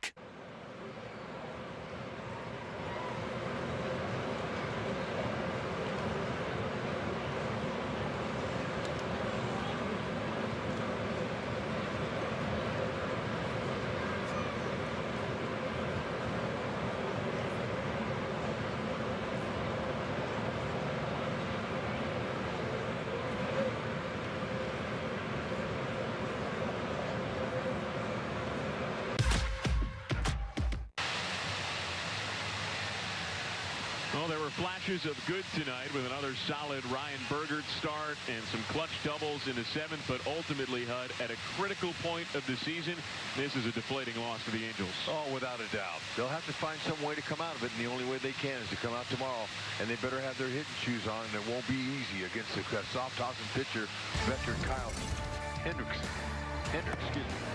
But the other Royals, you can't win when you go 2 for 25 on a road trip, so it's been tough. They'll have to find a way.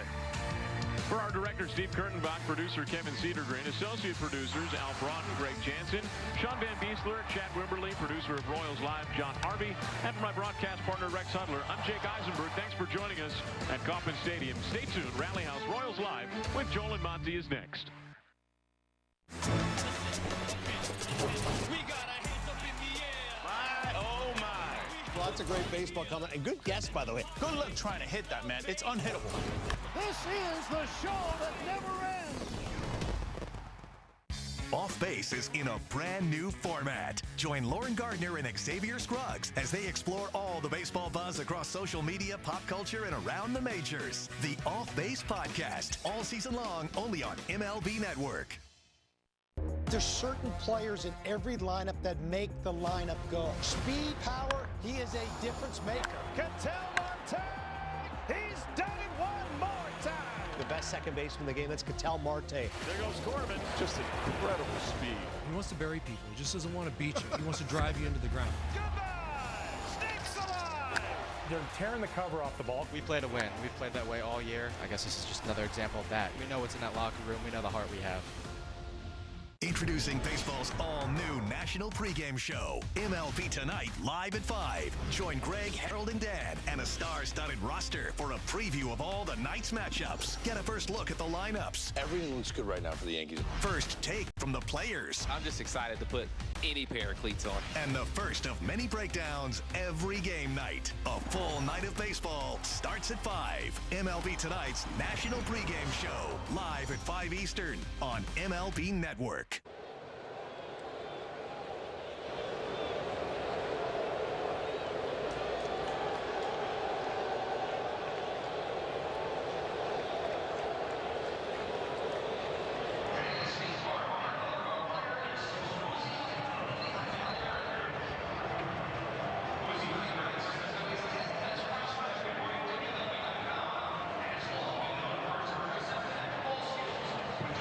Love made with natural ingredients.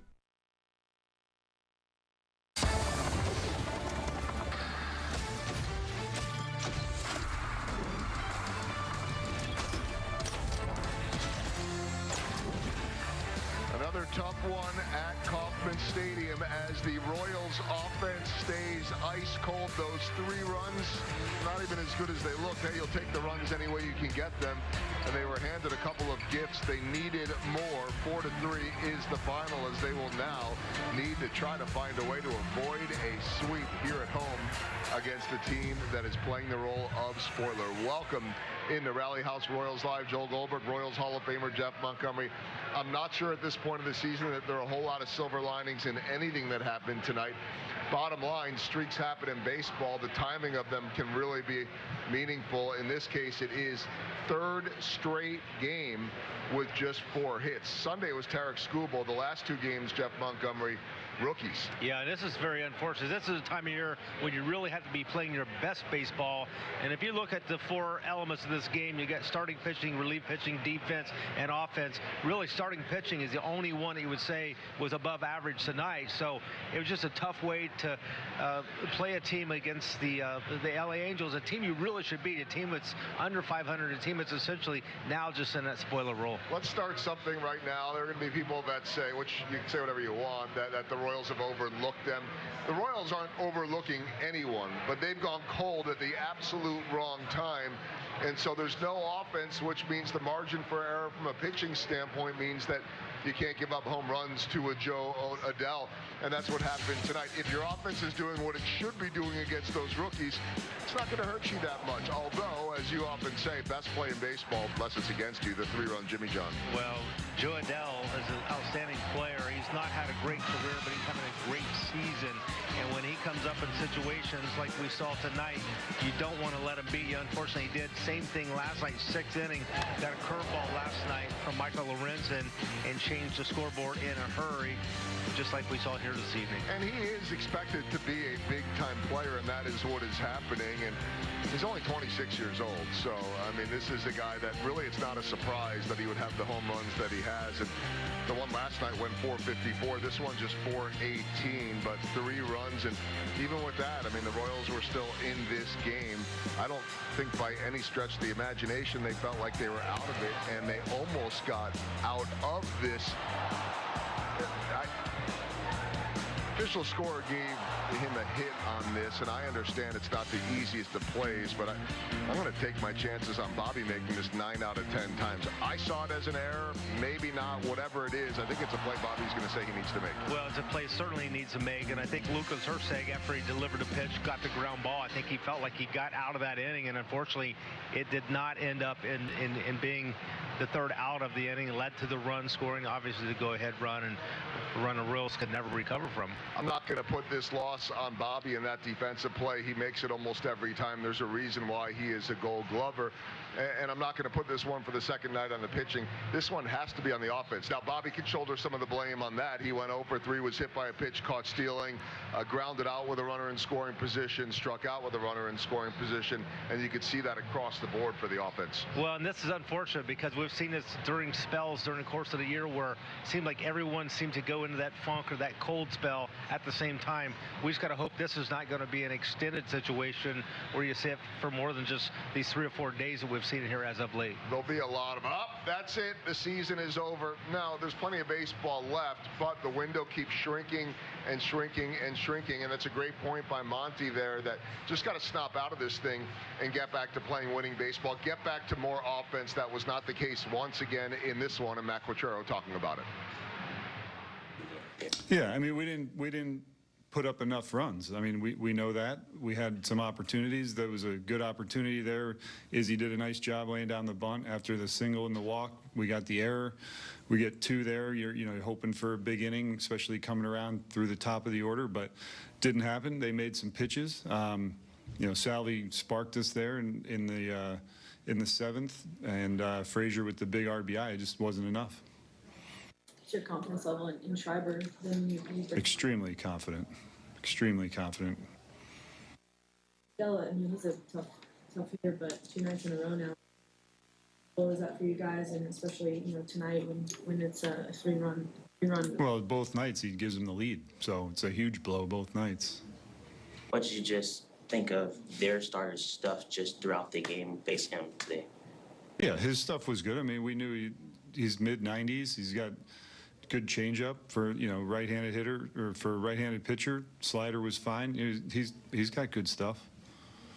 Play that is that a play that Bobby makes most of the time there? Oh yeah. I'm sure he'll tell you he should have made that play, but it's tough. You're coming in. Who knows? I don't know if it took a bounce or it snaked on the grass or whatever, but he'll want to make that play every time. Just the opportunity you guys had last 2 days. How disappointing is that you're not being able to take advantage of what you've been able to do, and given where you're at in the season. Yeah, we come out here to win every night. We've lost both of these games. It's very disappointing. With Bergert, that decision, does he still have to earn those spots, those opportunities, or? Everybody's got to earn their opportunities, right? I mean, every game's different, but we got a well-rested bullpen. We'll go to those guys all the time. Top of the order, 3rd time through. John Schreiber against right-handed hitters. We're gonna take that opportunity. We got the news before the game that you'll be starting Cameron tomorrow instead of Lugo. Can you explain that decision? Lugo's got some low back tightness from throwing yesterday and today, so Cameron's well rested. He's ready to go. So we're gonna start him tomorrow and push Lugo back. Do you think that Lugo will be able to start over the weekend, or is it just? Yeah, it's day by day. We'll figure out. We'll know a lot more tomorrow when he comes in and see how he feels. You calling the loss disappointing? I thought Jake Eisenberg had the word of the day. Deflating, whatever it is, it was not good. More coming up. Turn on baseball's biggest game changer, MLB Big Inning. Experience live baseball in a whole new way with up to 4 games on a single screen. He is on fire. MLB Big Inning, every game night on MLB.tv. Turn on MLB Tonight's national pregame show live at 5 as Greg, Harold, and Dan preview all the night's matchups. You know the top 3 are getting theirs. You understand what I do well, and it's use the whole field. MLB Tonight's national pregame show, weekdays on MLB Network. Your day in baseball starts with MLB Central. For the 1,000th time together, welcome into MLB Central. Lead off your morning with in-depth breakdowns. That foot's just a kickstand. Bang! Interviews with the players. I had a coach that kind of called me an alien. Skinny guy, fast, big head. And a little bit. I don't have cologne today. Open it on your own like a man. Of everything else. The baseball day begins with MLB Central. Weekdays at 10 a.m. Eastern, only on MLB Network. There's certain players in every lineup that make the lineup go. Speed, power, he is a difference maker. Ketel Marte! He's done it one more time. The best second baseman in the game, that's Ketel Marte. There goes Corbin. Just incredible speed. He wants to bury people. He just doesn't want to beat you. He wants to drive you into the ground. They're tearing the cover off the ball. We play to win. We've played that way all year. I guess this is just another example of that. We know what's in that locker room. We know the heart we have.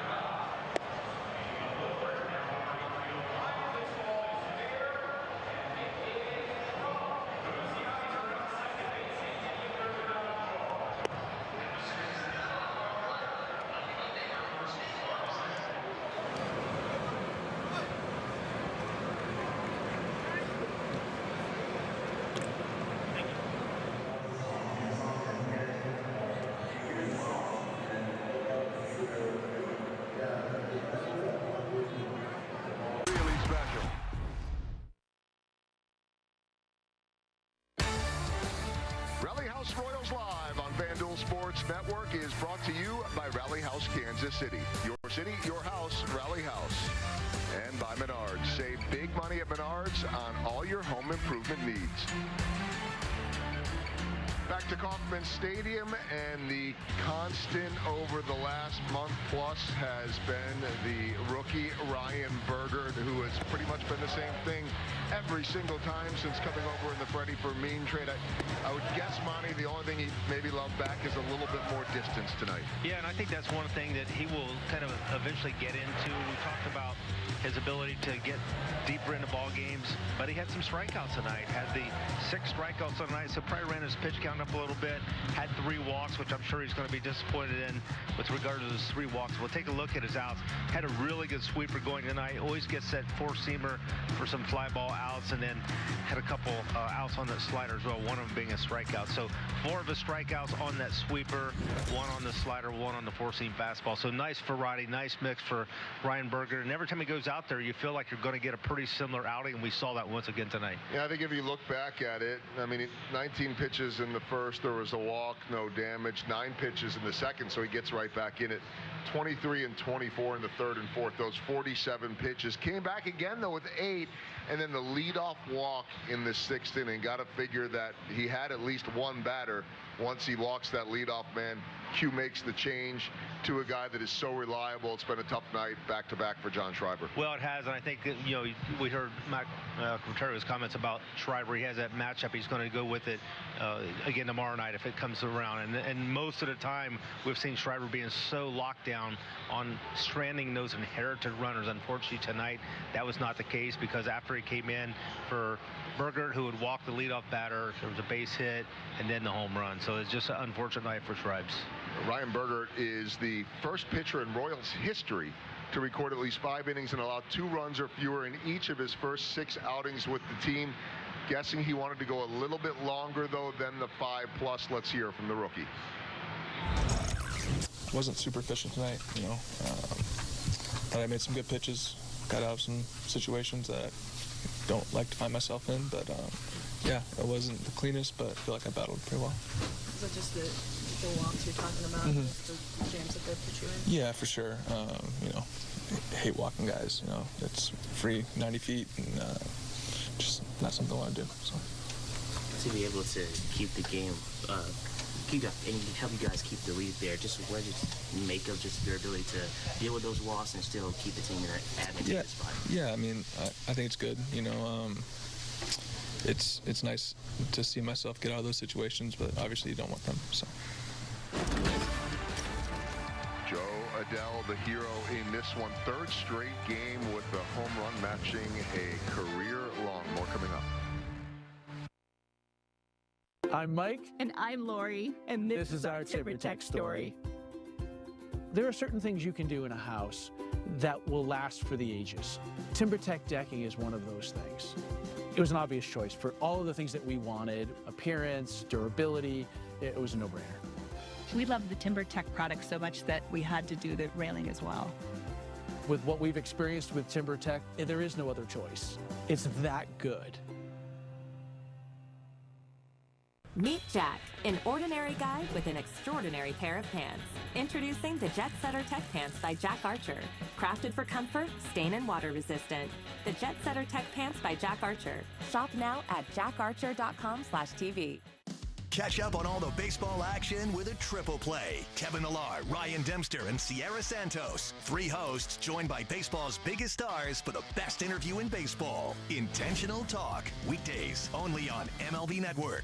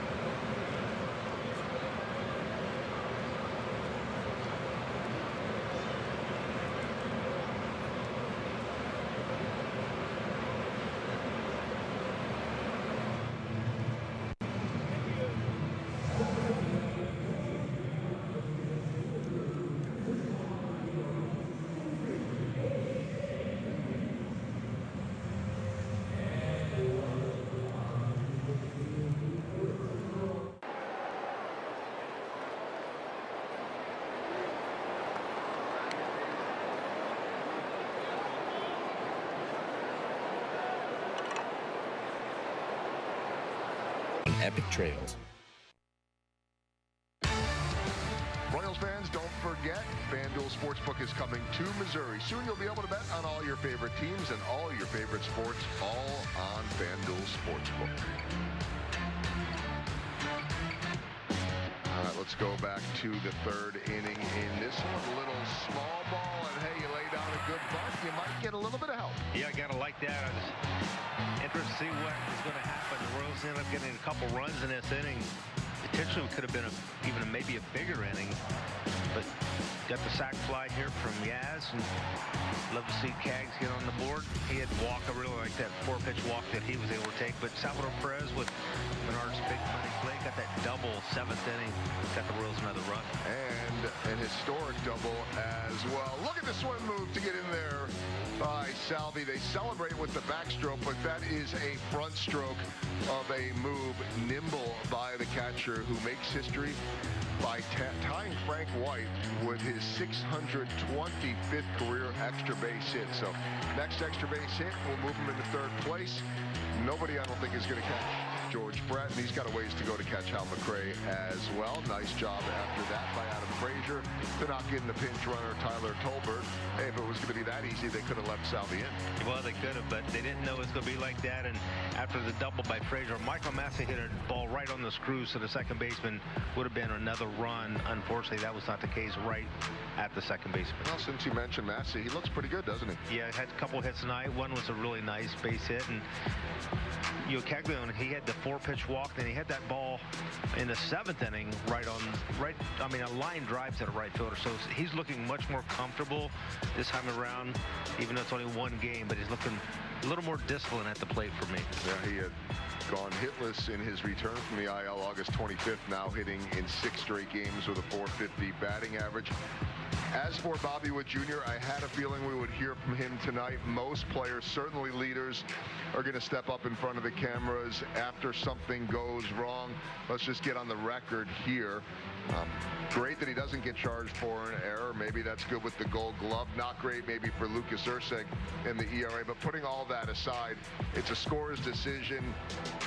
I saw error. You? Oh, well, I mean, as a pitcher, you're wanting that play made behind you every time. And I'm sure as a player, you're going to want to make that play every time. I think he probably was out by a step or two if he makes a play cleanly on the glove because he's got such a great arm. He was running in pretty hard on the ball. But unfortunately, whether it's a hit or an error, it was costly. And, look, sometimes it's a different grading scale for someone that good, but I think he's going to say, as Q said, that he would make that play most times. Let's find out from Bobby Witt Jr. Yeah, just kind of you're in that situation. You lose the game for the team. Make a mistake, it's unacceptable for me. Unacceptable for that to happen to my teammates and Ursig on the mound, and so it's just not who I am, and I got to be better. Did snake and all, or did you just roll under the bars? I got it 99 out of 100 times to make that play, and so, yeah. Bobby, just these last two games, has it felt like it's been a couple of missed opportunities, just not going guys' way to put some runs on the board and create some distance? Yeah, I feel like personally I have to be better and be in those situations I want to be in, and so just have to, like I said, it's unacceptable for performance out there for me, and so I just got to be better. How do you make sure this doesn't, turn into something bigger, given where you guys are at? Yeah, you learn from it tonight. For me personally, learn from it, and then see if I can sleep a little bit, and then get back at it tomorrow. What have you seen from the offense as a whole? Maybe talk about yourself individually, but just as a whole these last 2 days as well. Yeah, it's just takes, I think, one hit, one swing away from kind of skyrocketing off again, and so we've been here before, and so now we're able to get out of it. Now we're going to be able to get out of it again. The stolen base attempt early, did you see something there and trying to get something going offense? Yeah, just trying to get in scoring position, and so haven't stolen in a while, and so I just trying to just help get an extra 90 feet and got thrown out. Unacceptable, the word from Bobby Witt Jr., who says he makes it 99 out of 100 times.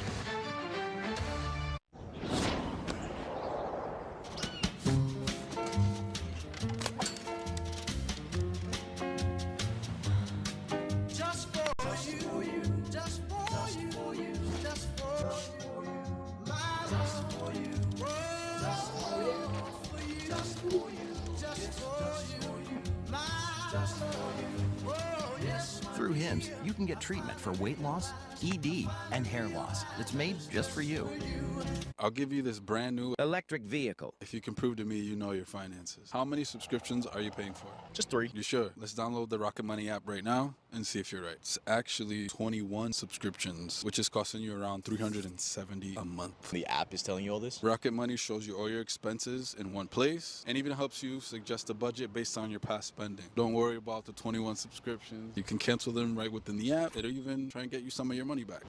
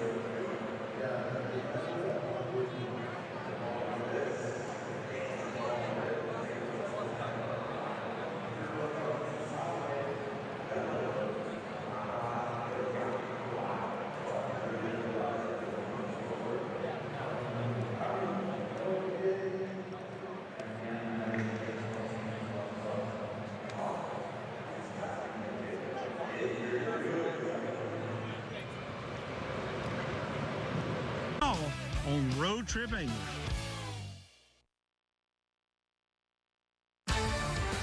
Rally House Royals Live on FanDuel Sports Network has been brought to you by Rally House Kansas City. Your city, your house, Rally House. All right, let's put a wrap on this one. And, you know, the whole Matt Quatraro Royals mantra of today will enable them to push this aside just as they would if they won. Although I always think momentum, I don't know how you measure it, but when you're on a roll, you feel very confident. When you're not on a roll, it can be a little bit tougher to turn the page.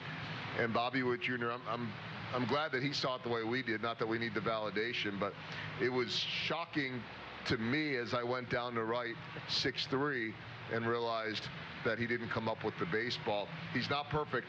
He's human, but saying 99 out of 100 times he makes it, calling it unacceptable, and talked about unacceptable, talking about maybe a lack of sleep tonight. Well, and I think you and I both felt the same way when he didn't make that play. We were looking at each other like we were dumbfounded in disbelief, but it happens. Everybody, the best players, the worst players, everybody in between, they make mistakes. That's why you play these games. These guys are not robots. You have to execute, and when you don't, oftentimes you don't win. And more significantly, as we said, in this deflating, tough loss, the offense needs to turn things around and do so quickly. 3 straight games with 4 hits in each game. That is not the kind of consistency that the Royals need right now. And the Angels, who were 8 games under 500, have won the series. Royals have 1 more to go against LA, 3 more on the West Coast with them later this month. They'll need to turn it around tomorrow. For Monty, I'm Joel. Good night from Kauffman Stadium.